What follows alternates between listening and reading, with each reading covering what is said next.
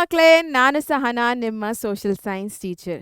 ಇವತ್ತು ನಾವು 33 chapters 33 ಕ್ವೆಶನ್ಸ್ದು part 2 ಮಾಡ್ತಾ ಇದ್ದೀವಿ.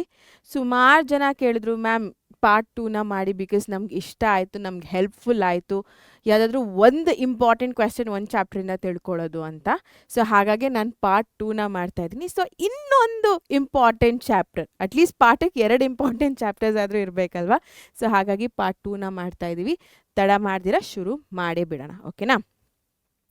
ಆ್ಯಂಡ್ ಇನ್ನೊಂದೇನಪ್ಪ ಅಂತಂದರೆ, ಪಾರ್ಟ್ 3 ಬೇಕು ಅಂತಂದರೆ ಡೆಫಿನೆಟ್ಲಿ ನನಗೆ ಕಮೆಂಟ್ ಸೆಕ್ಷನಲ್ಲಿ ತಿಳಿಸಿ. ಬಿಕಾಸ್ ಪಾರ್ಟ್ 1ಗೆ ನೀವು ತುಂಬಾ ಪ್ರೋತ್ಸಾಹ ಕೊಟ್ಟಿದ್ದೀರಾ. ಇದು ಪಾರ್ಟ್ 1 ಆಯಿತಾ ಮಕ್ಕಳೇ. ಈ ಥರ ಇರುತ್ತೆ 33 ಮೋಸ್ಟ್ ಎಕ್ಸ್ಪೆಕ್ಟೆಡ್ ಕ್ವೆಶನ್ಸ್ ಅಂತ. ಆ್ಯಂಡ್ ಇದು ನಮ್ಮ SSLC ಆ್ಯಟ್ ಪರೀಕ್ಷೆ ಪೇಜ್, ಓಕೆನಾ. ಹೋಗಿದ ತಕ್ಷಣ ನಿಮಗೆ ಕೆಳಗಡೆ ಹೋಮ್ ಪೇಜ್ ಇರುತ್ತೆ, ವೀಡಿಯೋಸ್ ಇರುತ್ತೆ, ಲೈವ್ಸ್ಗಳಿರುತ್ತೆ, ಶಾರ್ಟ್ಸ್ಗಳಿರುತ್ತೆ, ಎಲ್ಲ ಇಲ್ಲಿ ಸಬ್ ಹೆಡ್ಡಿಂಗ್ ಬರುತ್ತೆ. ಅಲ್ಲಿ ನೀವು ವಿಡಿಯೋ ಸೆಕ್ಷನ್ಗೆ ಹೋಗಬೇಕು, ಓಕೆನಾ ಮಕ್ಕಳೇ. ವಿಡಿಯೋ ಸೆಕ್ಷನ್ಗೆ ಹೋದಾಗ ಇದು ನಿಮಗೆ ಕಾಣಿಸುತ್ತೆ. ಸ್ವಲ್ಪ ಕೆಳಗಡೆ ಸ್ಕ್ರೋಲ್ ಮಾಡಬೇಕು, ಸುಮಾರು ದಿನ ಆಗಿದೆ ರಿಲೀಸ್ ಆಗಿ. ಸೊ ಅಲ್ಲಿ ನೀವು ನೋಡಿದಾಗ ಇದು ಸಿಗುತ್ತೆ. ಈ ಸೆಕ್ಷನ್ ಬೇಸಿಕಲಿ ಈ ಒಂದು ವಿಡಿಯೋ ಎಲ್ಲಿ ನೋಡ್ತಾ ಇದ್ದೀರಾ, ಸ್ವಲ್ಪ ಕೆಳಗಡೆಗೆ ಹೋದರೆ ಇದು ಕಾಣಿಸ್ಕೊಳ್ಳುತ್ತೆ, ಓಕೆನಾ ಮಕ್ಕಳೇ. ಆ್ಯಂಡ್ ನನಗೆ ಹೇಳಿ ನಿಮಗೆ ಪಾರ್ಟ್ 3 ಕೂಡ ಬೇಕಾ ಅಂತ ನನಗೆ ಕೆಳಗಡೆ ಕಮೆಂಟ್ ಸೆಕ್ಷನಲ್ಲಿ ತಿಳಿಸಿದ್ರೆ ನಾವು ಮಾಡೋಣ. ನೀವು ಕೇಳೋದು ನಾವು ಮಾಡ್ದಿರ ಇರೋದಾ? ಡೆಫಿನೆಟ್ಲಿ ಇಲ್ಲ. ಸೊ ಮಾಡೇ ಬಿಡೋಣ. ಈಗ ಹಿಸ್ಟ್ರಿಯಿಂದ ಸ್ಟಾರ್ಟ್ ಮಾಡೋಣ. ಇನ್ನೊಂದು ಇಂಪಾರ್ಟೆಂಟ್ ಕ್ವೆಶ್ಚನ್ ಆಯಿತಾ. ಸೊ ಬೇಸಿಕಲಿ ನಾನು ಪಾರ್ಟ್ 1ನಲ್ಲಿ ಏನು ಮಾಡಿದ್ದೆ ಅದು ಯಾವ ಕ್ವೆಶನ್ಸು ರಿಪೀಟ್ ಮಾಡ್ತಾ ಇಲ್ಲ. ಇನ್ನೊಂದು ಇಂಪಾರ್ಟೆಂಟ್ ಕ್ವೆಶ್ಚನ್ ಏನಿದೆಯೋ ಅದನ್ನು ಮಾತ್ರ ಹಾಕ್ತಾ ಇದ್ದೀನಿ, ಓಕೆನಾ. So first one, battle of ಪ್ಲಾಸಿದು ರಿಸಲ್ಟ್ಸ್ ಆಯಿತಾ. ಸೊ ಪರಿಣಾಮಗಳೇನು ಪ್ಲಾಸಿ ಕದನದ್ದು ಅಂತ ಕೇಳಿದಾಗ ನೀವು ಇದನ್ನು ಬರೀತಾ ಹೋಗಬೇಕು. Immortality, lack of unity and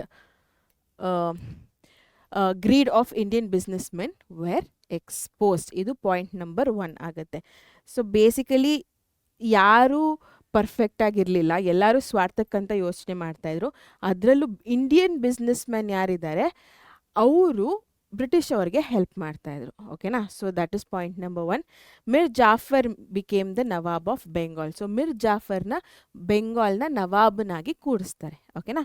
so Mir Qasim ಸಿರಾಜುದ್ದೌಲ ಯಾರಿದ್ದಾರೆ ಅವನ ಮಂತ್ರಿ ಮಿರ್ ಜಾಫರ್ ಆಗಿರ್ತಾರೆ, ಆಯಿತಾ. ಸೊ ಈ ಮಿರ್ ಜಾಫರ್ಗೆ ಹೇಳ್ತಾರೆ, ನೀನು ನ್ಯೂಟ್ರಲ್ ಆಗಿರು, ಸಿರಾಜುದ್ದೌಲಾಗೆ ಸಪೋರ್ಟ್ ಮಾಡಬೇಡ ಅಂತ. ಅವ್ನು ನ್ಯೂಟ್ರಲ್ ಆಗಿರ್ತಾನೆ. ಸೊ ಹಾಗಾಗಿ ಅವನ್ನ ನವಾಬನಾಗಿ ಮಾಡ್ತಾರೆ. Gain exclusive rights to do business in Bengal. So ಕಂಪನಿಗೆ ಅಂದರೆ ಈಸ್ಟ್ ಇಂಡಿಯಾ ಕಂಪನಿ, ಬ್ರಿಟಿಷ್ ಅವರಿಗೆ ಬೇಸಿಕಲಿ ಬಂಗಾಳದಲ್ಲಿ ವ್ಯಾಪಾರ ನಡೆಸಲು ಪೂರ್ಣ ಹಕ್ಕು ಸಿಗುತ್ತದೆ, ಓಕೆನಾ. 17 crore and 70 lakh as a war relief ಕೊಡಬೇಕಾಗತ್ತೆ. ಯಾರು? ಮಿರ್ ಜಾಫರೇ, ಆಯಿತಾ. ಸೊ ಮಿರ್ ಜಾಫರ್ನ ನವಾಬನಾಗಿ ಕೂರಿಸ್ತಾರೆ. ಅದಾದಮೇಲೆ ಯುದ್ಧಕ್ಕೆ ಇಷ್ಟು ನಷ್ಟ ಆಯಿತು, ಸೊ ಯುದ್ಧ ನಷ್ಟ ಪರಿಹಾರ ಕೊಡು, ಇಷ್ಟು ಖರ್ಚಾಯಿತು ಅಂತ, ಇಷ್ಟು ಯುದ್ಧ ನಷ್ಟ ಪರಿಹಾರ ಕೊಡು ಅಂತ ಕೇಳ್ತಾರೆ. ಆ್ಯಂಡ್ ಅವನ ಹತ್ರದಿಂದ ಈಸ್ಕೋತಾರೆ, ಓಕೆನಾ. ಸೊ ಎಷ್ಟು? 70 crores 70 lakhs, 70 ಕೋಟಿ 70 ಲಕ್ಷ. ಅದಾದಮೇಲೆ ಇಷ್ಟು ದುಡ್ಡು ಖರ್ಚು ಮಾಡಿದ್ಯಲ್ಲಪ್ಪ ಅಂತ ಅವನನ್ನು ನವಾಬನಾಗಿ ತೆಗೆದುಬಿಡ್ತಾರೆ, ಆಯಿತಾ. ಸೊ ಬೇಸಿಕಲಿ ಇಷ್ಟು ಪಾಯಿಂಟ್ಸ್ ನೀವು ಬರೀಬೇಕು ಪ್ಲಾಸಿ ಕದನದ ಪರಿಣಾಮಗಳು ಅಂದಿದ ತಕ್ಷಣ, ಓಕೆನಾ. Next, what R the outcomes of third Anglo Maratha war. So second question ಅಂತ ಅಂದರೆ ಸೆಕೆಂಡ್ ಚಾಪ್ಟರ್ ಅಂತ ಆ ಥರ, ಓಕೆ. ಸೊ 3ನೇ ಆಂಗ್ಲೋ ಮರಾಠ ಯುದ್ಧದ ಫಲಿತಾಂಶಗಳೇನು ಅಂತ ಕೇಳ್ತಾ ಇದ್ದಾರೆ. ಸೊ ಪೇಶ್ವಾ ಪಟ್ಟ ಏನಿದೆ ಅದನ್ನು ರದ್ದುಗೊಳಿಸ್ತಾರೆ, ಬೇಸಿಕಲಿ ತೆಗ್ದಾಕ್ತಾರೆ. ಇನ್ಯಾರು ಪೇಶ್ವಾ ಅಂತ ಕೂತ್ಕೋಬಾರ್ದು, ಅಂಥ ಒಂದು ಹೋದ ಯಾರಿಗೂ ಇರಬಾರ್ದು ಅಂತ ಆ ಪೊಸಿಷನ್ನ ತೆಗೆದುಬಿಡ್ತಾರೆ. Bajirao second, okay. ಸೊ 2ನೇ ಬಾಜಿರಾವ್ಗೆ ಪೆನ್ಷನನ್ನು ಕೊಡ್ತಾರೆ. ಬಿಕಾಸ್ ಅವರು ಆ ಒಂದು ಟೈಮ್ ಪೀರಿಯಡಲ್ಲಿ ಪೇಶ್ವಾ ಆಗಿರ್ತಾರೆ. ಅದಕ್ಕೆ ಅವ್ರನ್ನ ತೆಗೆದುಬಿಟ್ಟು ಕಾರಣದಿಂದ ಪೆನ್ಷನ್ನ ಕೊಡ್ತಾರೆ. Pratap Simha the descendant of Shivaji as a ruler of Satara. So ಯಾರೋ ಒಬ್ಬ ಲೀಡರ್ ಅಂತ ಇರಬೇಕು, ಬಿಕಾಸ್ ಇಲ್ಲಿ ಬ್ರಿಟಿಷ್ ಅವ್ರು ಏನು ಹೇಳ್ತಾ ಇದ್ದಾರೆ ಅದನ್ನು ಪಪ್ಪೆಟ್ಟಾಗಿ ಮಾಡಬೇಕು, ಆಯಿತಾ. ಸೊ ಅವ್ರು ಏನು ಹೇಳ್ತಾರೋ ಅದನ್ನೆಲ್ಲ ಮಾಡಬೇಕು, ಅದೇ ರೀತಿ ಜನರನ್ನ ನೋಡ್ಕೋಬೇಕಾಗತ್ತೆ. ಅದಕ್ಕಂತ ಒಬ್ಬ ಲೀಡರ್ ಇರಬೇಕು, ಪೇಶ್ವಾ ಅಂತ ಅಲ್ಲ, ಬಟ್ ಯಾರಾದರೂ ಒಬ್ಬರು ಲೀಡರ್ ಇರಬೇಕು. ಹಾಗಾಗಿ ಪ್ರತಾಪ ಸಿಂಹನ ಕೂರಿಸ್ತಾರೆ. ಆ್ಯಂಡ್ ಈ ಪ್ರತಾಪ ಸಿಂಹ ಯಾರಪ್ಪ ಅಂತಂದರೆ ಶಿವಾಜಿಯ ವಂಶಸ್ಥನಾಗಿರ್ತಾನೆ, ಆಯಿತಾ. So traditional leader of Maratha ಅಂತ ಕರಿತಾಯಿದ್ರು, ಮರಾಠರ ಸಾಂಪ್ರದಾಯಿಕ ನಾಯಕ ಅಂತ ಕರಿತಾರೆ. No more Peshwa, okay. So suppress the Maratha residence. So Maratha ಆ, ಪ್ರತಿರೋಧನವನ್ನು ಹತ್ತಿಕ್ಕಿದರು ಬೇಸಿಕಲಿ. ಓಕೆ, ಸೊ ಮರಾಠರ ಅಂದರೆ ಒಂದು ಸ್ವಲ್ಪ ಇವಾಗ ನಮ್ಮ ಮೈಸೂರು ರಾಜರು ಒಡೆಯರ್ಗಳೆಲ್ಲ ಹೇಗಿದ್ರು, ಸೊ ಅದೇ ರೀತಿ ಇದ್ದರು ಮರಾಠರು ಕೂಡ. ಬಟ್ ಅವ್ರನ್ನ ಕೂಡ ಇವಾಗ ಒಂದು ತಕ್ಕ ಮಟ್ಟಿಗೆ ತಣ್ಣಗೆ ಮಾಡ್ತಾರೆ. ಓಕೆನಾ, after third Anglo Maratha war. Next, the British education system created a new generation of Indians with progressive attitudes. The new thinking of perception emerged. British education system led to awareness. So, what were the impacts of British education? British ಶಿಕ್ಷಣದ ಪರಿಣಾಮಗಳು. ಈ ರೀತಿಯಲ್ಲಿದೆ ಕ್ವೆಶ್ಚನ್ಸು. ಯಾವ ರೀತಿಯಲ್ಲಿ ಕೇಳಿದ್ರೂ ನೀವು ಬರಿಬೇಕಾಗಿರೋದು ಒಂದೇ ಉತ್ತರ, ಇಷ್ಟು. ಆಯಿತಾ, ಒಂದು ನೆನ್ಪಿಟ್ಕೊಂಡಿರಿ, ಆಲ್ ಪಾಸಿಟಿವ್ ಥಿಂಗ್ಸ್ ನಿಮ್ಗೆ ಏನು ಅನಿಸುತ್ತೋ ಅದನ್ನು ಇಲ್ಲಿ ಬರಿತಾ ಹೋಗಿ. ಓಕೆ, ಬಿಕಾಸ್ ಬ್ರಿಟಿಷ್ ಎಜುಕೇಷನಿಂದ ಭಾರತೀಯರಿಗೆ ಒಂದು ಲೆಕ್ಕದಲ್ಲಿ ಅಡ್ವಾಂಟೇಜ್ ಅಂತಲೇ ನಾವು ಹೇಳ್ಬೋದು. ಓಕೆನಾ, so developed modernity, ಸೆಕ್ಯುಲಾರಿಸಮ್, democratic attitude, rationality, nationalistic ideas. So all positive words ಇಲ್ಲಿ ಬಂದ್ಬಿಡುತ್ತೆ. ಆಯಿತಾ, ಸೊ ಆಧುನಿಕತೆ, ಮಾಡರ್ನಿಟಿ. ಓಕೆ, ಡೆಫಿನೆಟ್ಲಿ ಮಾಡರ್ನೈಸ್ ಆಗ್ತಾ ಇರಬೇಕು, ಟೆಕ್ನಾಲಜಿಗಳನ್ನ ಯೂಸ್ ಮಾಡ್ತಾ ಇರಬೇಕು, ಆ ಥರ. ಓಕೆನಾ, ಸೊ ಮಾಡರ್ನಿಟಿ ಆಗಿರ್ಬೋದು, ಎಲ್ಲರೂ ಒಂದೇ ಅನ್ನೋ ಒಂದು ಭಾವನೆ, ಸೆಕ್ಯುಲಾರಿಸಮ್, ಡೆಮೋಕ್ರೆಟಿಕ್ ಆ್ಯಟಿಟ್ಯೂಡ್, ನನ್ನ ನಾಯಕನ ನಾನೇ ಆಯ್ಕೆ ಮಾಡ್ಕೊಳ್ಳೋ ಅಂಥದ್ದು, ರ್ಯಾಷನಾಲಿಟಿ, ವೈಚಾರಿಕತೆ, ಎಲ್ಲದಕ್ಕೂ ಒಂದು ಕ್ವೆಶ್ಚನ್ ಮಾರ್ಕ್ ಹಾಕೋ ಅಂಥದ್ದು, ಸುಮ್ಮನೆ ಮೂಢವಾಗಿ ಇರೋ ಅಂಥದ್ದು. Okay, all of that. Impetus to local literature and languages. ಆಯಿತಾ, ಸೊ ನಮ್ಮ ಭಾಷೆಗೆ, ನಮ್ಮ ಸಾಹಿತ್ಯಕ್ಕೆ ನಾವು ಪ್ರಾಮಿನೆನ್ಸ್ನ ಕೊಡ್ತಾ ಹೋದ್ವಿ. ಓಕೆನಾ, ಪ್ರಚೋದನ ಮಾಡ್ತಾ ಹೋದ್ವಿ. ಪೀರಿಯಾಡಿಕಲ್ಸ್, ನಿಯತಕಾಲಿಕಗಳಿಗೆ ನಾವು ಪ್ರೋತ್ಸಾಹ ಮಾಡ್ತಾ ಹೋದ್ವಿ. ಪೀರಿಯಾಡಿಕಲ್ಸ್ ಅಂದಿದ ತಕ್ಷಣ ಮ್ಯಾಗ್ಝೀನ್ಸ್ ಎಕ್ಸಾಂಪಲ್ ಆಗಿ ತೊಗೋಬೋದು ನೀವು. ಲೈಕ್ ವಾರಕ್ಕೊಂದ್ಸತಿ ಬರೋವಂಥದ್ದು, ತಿಂಗಳ ಬರೋ ಅಂಥದ್ದು ನಮ್ಮ ಭಾಷೆಯಲ್ಲಿ. ಆಯಿತಾ, ಲೋಕಲ್ ಲ್ಯಾಂಗ್ವೇಜಸಲ್ಲಿ ಪಬ್ಲಿಷ್ ಆಗಿ ಬರ್ತಾ ಇತ್ತು ಪೀರಿಯಾಡಿಕಲ್ಸ್ ಅಂತ. ಸೊ ಅದಕ್ಕೆ ಪ್ರೋತ್ಸಾಹ ಮಾಡುವಂಥದ್ದು. Social and religious reform movements, ಸಾಮಾಜಿಕ ಧಾರ್ಮಿಕ ಸುಧಾರಣಾ ಚಳುವಳಿಗಳು, ನಿಮಗೊಂದು ಚಾಪ್ಟರೇ ಇದೆ. ಸೊ ಇದೆಲ್ಲ ಹುಟ್ಕೊಂಡಿದ್ದು was a major reason education ಕಾರಣದಿಂದ. ಆಯಿತಾ, ಸೊ ಎಲ್ಲದಕ್ಕೂ ಒಬ್ಬರು ಯಾರಾದರೂ ಒಂದು ಕ್ವೆಶ್ಚನ್ ಮಾಡ್ತಾ ಇದ್ದಾರೆ ಅಂತಂದರೆ ಅದು ಈ ಒಂದು 19th ಸೆಂಚುರಿಯಲ್ಲೇ ಆಗಿದ್ದು, ಆಫ್ಟರ್ ಬ್ರಿಟಿಷ್ ಎಜುಕೇಷನ್ ಬಂದಾದ್ಮೇಲೆ. ಓಕೆ, ಸೊ ಅದು ಕೂಡ ಒಂದು ಪಾಸಿಟಿವ್ ಪಾಯಿಂಟ್ ಆಗುತ್ತೆ. ಹೊಸ ಚಿಂತನೆ ಶುರು ಆಗುತ್ತೆ, fresh thinking. Influence of freedom struggles across the world. So ಪ್ರಪಂಚದಾದ್ಯಂತ ಸ್ವಾತಂತ್ರ್ಯ ಹೋರಾಟಕ್ಕೆ ಎಲ್ಲರೂ ಎಷ್ಟು ಕಷ್ಟಪಡ್ತಾ ಇದ್ದಾರೆ ಅಂತ ಗೊತ್ತು ಮಾಡಿಕೊಂಡು ನಾನು ಅದೇ ರೀತಿ ಕಷ್ಟಪಡಬೇಕು ನನ್ನ ದೇಶದ ಸ್ವಾತಂತ್ರ್ಯಕ್ಕೆ ಅಂತ ಭಾರತೀಯರೆಲ್ಲ ಯೋಚನೆ ಮಾಡ್ತಾರೆ. Appreciation for their rich tradition, ಶ್ರೀಮಂತ ಇತಿಹಾಸಕ್ಕೆ ಮೆಚ್ಚುಗೆ, ನಮಗೆ ನಾವೇ ಕೊಟ್ಕೊಳ್ಳೋ ಅಂಥದ್ದು. ಬಿಕಾಸ್ ನಮಗೆ ಗೊತ್ತಿರಲಿಲ್ಲ ಈ ರೀತಿ ಇದೆಯಾ, ನಮ್ಮ ದೇಶ ಇಷ್ಟು ರಿಚ್ ಆಗಿದೆಯಾ, ಇಷ್ಟು ಸುಂದರವಾಗಿದೆಯಾ, ಇಷ್ಟೆಲ್ಲ ಇದೆಯಾ ಅಂತ ಎಲ್ಲ ನಮಗೆ ಗೊತ್ತಿರಲಿಲ್ಲ. ಗೊತ್ತಾಗೋ ಥರ ಮಾಡಿದ್ದು ಬ್ರಿಟಿಷ್ ಎಜುಕೇಷನ್. ಆಯಿತಾ, next, explain the achievements of Krishnaraja Wodeyar fourth. So Nalvadi Krishnaraja ಒಡೆಯರ್ದು ಸಾಧನೆಗಳು, ಇದನ್ನು ಬೇರೆ ಬೇರೆ ರೀತಿಯಲ್ಲಿ ಕೇಳಬಹುದು, but answer remains the same. Nalvadi Krishnaraja Wodeyar ಅಂದಿದ ತಕ್ಷಣ ನಿಮಗೆ ಎರಡು ಪಾರ್ಟ್ಸ್ ಆಗಿ ಬರುತ್ತೆ. ಒಂದು ಅವ್ರ ಎಜುಕೇಷನ್ಗೆ ಹೇಗೆ ಮಾಡಿದ್ರು, ಇನ್ನೊಂದು ಅಭಿವೃದ್ಧಿ, ಡೆವಲಪ್ಮೆಂಟ್ ಸೈಡ್. ಆಯಿತಾ, ಸೊ ನೀರಾವರಿ ಆಗಿರ್ಬೋದು, ರೈಲ್ವೇಸು, ರೋಡ್ಸು, ಇದೆಲ್ಲ ಬರುತ್ತೆ. ಸೊ ಎರಡು ಭಾಗ ಆಗಿ ಡಿವೈಡ್ ಮಾಡ್ಕೋಬೋದು. ಬರೀ ಎಜುಕೇಷನ್ಗೆ ಏನು ಮಾಡಿದ್ರು ಅಂತಲೂ ಕೇಳ್ಬೋದು, ಅಷ್ಟನ್ನು ಮಾತ್ರ ಬರೆದ್ರೆ 2 ಮಾರ್ಕ್ಸ್ ಬರುತ್ತೆ. ಓಕೆ, ಸೊ ಕಂಪ್ಲೀಟಾಗಿ ಈ ಥರ ಕೇಳಿದ್ರೆ ಫುಲ್ 4 ಮಾರ್ಕ್ಸಿಗೆ ಬರೀತಾ ಹೋಗಬೇಕು. ಓಕೆ, ದಿವಾನ್ರಿಗೆ ಬರೋ ಅಷ್ಟೊತ್ತಿಗೆ ಸ್ವಲ್ಪ ಏನಂತಾರೆ, ಲಕ್ಕಿಯಾಗಿದ್ರು ಅಂತ ಹೇಳ್ಬೋದು ನಾಲ್ವಡಿ ಕೃಷ್ಣರಾಜ ಒಡೆಯರ್. ಬಿಕಾಸ್ ತುಂಬ ತುಂಬ ತುಂಬ ಹೆಲ್ಪ್ಫುಲ್ ಆಗಿದ್ರು, ತುಂಬ ಸ್ಕಿಲ್ಫುಲ್ ಆಗಿದ್ರು, ತುಂಬ ನಾಲೆಜಬಲ್ ಆಗಿದ್ರು. ನಾಲ್ವಡಿ ಕೃಷ್ಣರಾಜ ಒಡೆಯರ್ ಕೆಳಗಡೆ ಕೆಲಸ ಮಾಡಿದಂಥ ದಿವಾನ್ರು. ಓಕೆನಾ, ಅದಾದಮೇಲೆ interested in spreading education. So ಶಿಕ್ಷಣ ತುಂಬ ಇಂಟ್ರೆಸ್ಟ್ ಇತ್ತು, ಆಸಕ್ತಿ ಇತ್ತು. ಸೊ ಫೀಸ್ನ ಅಬಾಲಿಷ್ ಮಾಡ್ತಾರೆ ಪ್ರೈಮರಿ ಸ್ಕೂಲ್ಸಲ್ಲಿ. ಸೊ ಪ್ರಾಥಮಿಕ ಶಾಲೆಗಳಿಗೆ ಶುಲ್ಕವನ್ನು ರದ್ದುಗೊಳಿಸ್ತಾರೆ. Help girls education. ಸೊ ಬಾಲಕಿಯರ ಶಿಕ್ಷಣಕ್ಕೆ ಸಹಾಯ ಮಾಡ್ತಾರೆ. ಮೈಸೂರು ಯೂನಿವರ್ಸಿಟಿಯನ್ನು ಶುರು ಮಾಡ್ತಾರೆ. ಇಂಡಿಯನ್ ಇನ್ಸ್ಟಿಟ್ಯೂಟ್ ಆಫ್ ಸೈನ್ಸ್, ಭಾರತೀಯ ವಿಜ್ಞಾನ ಸಂಸ್ಥೆಯನ್ನು ಸ್ಥಾಪಿಸ್ತಾರೆ. ಇವೆರಡು ಅವ್ರಿಗೆ ಓಕೆನಾ ಅಡ್ವಾಂಟೇಜ್, ಅಂದರೆ ಅಚೀವ್ಮೆಂಟ್ ಇವ್ರದ್ದೇ ಆಗಿರುತ್ತೆ. ಅದಾದಮೇಲೆ ಸ್ಕಾಲರ್ಶಿಪ್ಸ್ನ ಕೂಡ ಕೊಡ್ತಾರೆ. ನಮ್ಮ ದೇಶನ ಬಿಟ್ಟು ಫಾರಿನ್ ದೇಶಕ್ಕೆ ಹೋಗಿ ಯಾರು ಹೈಯರ್ ಸ್ಟಡೀಸ್ ಮಾಡಬೇಕು ಅಂತ ಅನ್ಕೋತಾರೋ ಅವ್ರಿಗೆ ಸ್ಕಾಲರ್ಶಿಪ್ಸ್ನ ಕೊಡ್ತಾರೆ, ವಿದ್ಯಾರ್ಥಿ ವೇತನವನ್ನು ಕೂಡ ಕೊಡ್ತಾರೆ. ಓಕೆ, ಸೊ ಇದೆಲ್ಲ ನಿಮಗೆ ಡೆವಲಪ್ಮೆಂಟ್ ಸೈಡಿಗೆ ಬರುತ್ತೆ. Okay, so special attention for development of irrigation, so ನೀರಾವರಿಗೆ ಜಾಸ್ತಿ ಪ್ರಾಮುಖ್ಯತೆ ಕೊಡ್ತಾರೆ, ಅಗ್ರಿಕಲ್ಚರ್ ಮೇನ್ ಆಕ್ಯುಪೇಷನ್ ಆಗಿರೋದ್ರಿಂದ. ಬ್ಯಾರೇಜ್ನ ಕಟ್ತಾರೆ ಕಾವೇರಿ ನದಿಯ ಮೇಲೆ ಬೆಳಗೊಳದ ಹತ್ರ. ಅದಾದಮೇಲೆ new railway lines were laid, ಹೊಸ ರೈಲು ಮಾರ್ಗಗಳನ್ನ ಹಾಕಿಸ್ತಾರೆ. ಲೆಜಿಸ್ಲೇಟಿವ್ ಕೌನ್ಸಿಲ್ ವಾಸ್ ಫಾರ್ಮ್, ಶಾಸಕಾಂಗ ಪರಿಷತ್ತನ್ನು ರಚಿಸ್ತಾರೆ. Many small and large scale industries were started, ಆಯಿತಾ. ಸೊ ಸಣ್ಣ ಮತ್ತೆ ದೊಡ್ಡ ಕೈಗಾರಿಕೆಗಳನ್ನು ಕೂಡ ಪ್ರಾರಂಭ ಮಾಡ್ತಾರೆ. Encourage musicians, fine arts, art and architecture. So arts, ಸಂಗೀತ ಏನಿದೆ ಅದರಲ್ಲಿ ಕೂಡ ಇವರ ಇಂಟ್ರೆಸ್ಟ್ ಇತ್ತು. ಸೊ ಸಂಗೀತಗಾರರು, ಲಲಿತಗಾರರು, ಕಲೆ ಮತ್ತು ವಾಸ್ತುಶಿಲ್ಪವನ್ನು ಪ್ರೋತ್ಸಾಹಿಸಿದರು. Okay, so a lot of information ಇದೆ. ಯಾವುದಾದ್ರೂ 8 ಬರೆದ್ರೂ ಆಗುತ್ತೆ. ಓಕೆ, ನೆಕ್ಸ್ಟು ಪೆರಿಯಾರ್ ಬಗ್ಗೆ ಒಂದು ಟಿಪ್ಪಣಿಯನ್ನು ಬರೀರಿ. Write a short note on Periyar. So ಇವ್ರ ಆ್ಯಕ್ಚುಲ್ ಹೆಸರು E.V. ರಾಮಸ್ವಾಮಿ ನಾಯ್ಕರ್ ಅಂತ, ಬಟ್ ಅವ್ರಿಗೆ ಪೆರಿಯಾರ್ ಅಂತ ಕರೀತಾ ಇದ್ರು. ಪೆರಿಯಾರ್ ಅಂತ ಅಂದರೆ ಒಬ್ಬ ದೊಡ್ಡ ವ್ಯಕ್ತಿ, ಸೀನಿಯರ್ ಪರ್ಸನ್ ಅಂತ, ಆಯಿತಾ. ಸೊ ಸೆಲ್ಫ್ ರೆಸ್ಪೆಕ್ಟ್ ಚಳುವಳಿಯನ್ನು ಶುರು ಮಾಡ್ತಾರೆ. Very very very important point. So oppose ಏನನ್ನ ವಿರೋಧ ಮಾಡ್ತಾರೆ ಅಂತಂದರೆ ಕಾಂಗ್ರೆಸ್ನ ವಿರೋಧ ಮಾಡ್ತಾರೆ ಹಾಗೂ ವರ್ಣ ಸಿಸ್ಟಮ್ನ ವಿರೋಧ ಮಾಡ್ತಾರೆ. ಓಕೆನಾ ಮಕ್ಕಳೇ. ಅದಾದಮೇಲೆ ದ್ರಾವಿಡ ರೇಷಿಯಲ್ ಐಡೆಂಟಿಟಿ, ಇದು ಇವರ ಐಡೆಂಟಿಟಿ ಆಗಿರುತ್ತೆ, ದ್ರಾವಿಡ ಜನಾಂಗೀಯ ಇವರ ಗುರುತಾಗಿರುತ್ತೆ. And caste and gender discrimination ಅದರ ವಿರುದ್ಧ ಕೂಡ ಹೋರಾಟನ ಮಾಡ್ತಾರೆ. ಸೊ ನಾನ್ ಬ್ರಾಹ್ಮಿಕಲ್ ಮೂವ್ಮೆಂಟ್ನ ಶುರು ಮಾಡ್ತಾರೆ. ಅಲಾಂಗ್ ವಿತ್ ಹಿಮ್ ಯಾರು ಇರ್ತಾರಪ್ಪ ಅಂತಂದರೆ C. ಅಯೋಧ್ಯ ದಾಸ್ ಪಂಡಿತ್, ಅದಾದಮೇಲೆ T.M. ನಾಯರ್ ಅವರು ಇರ್ತಾರೆ. ಓಕೆನಾ.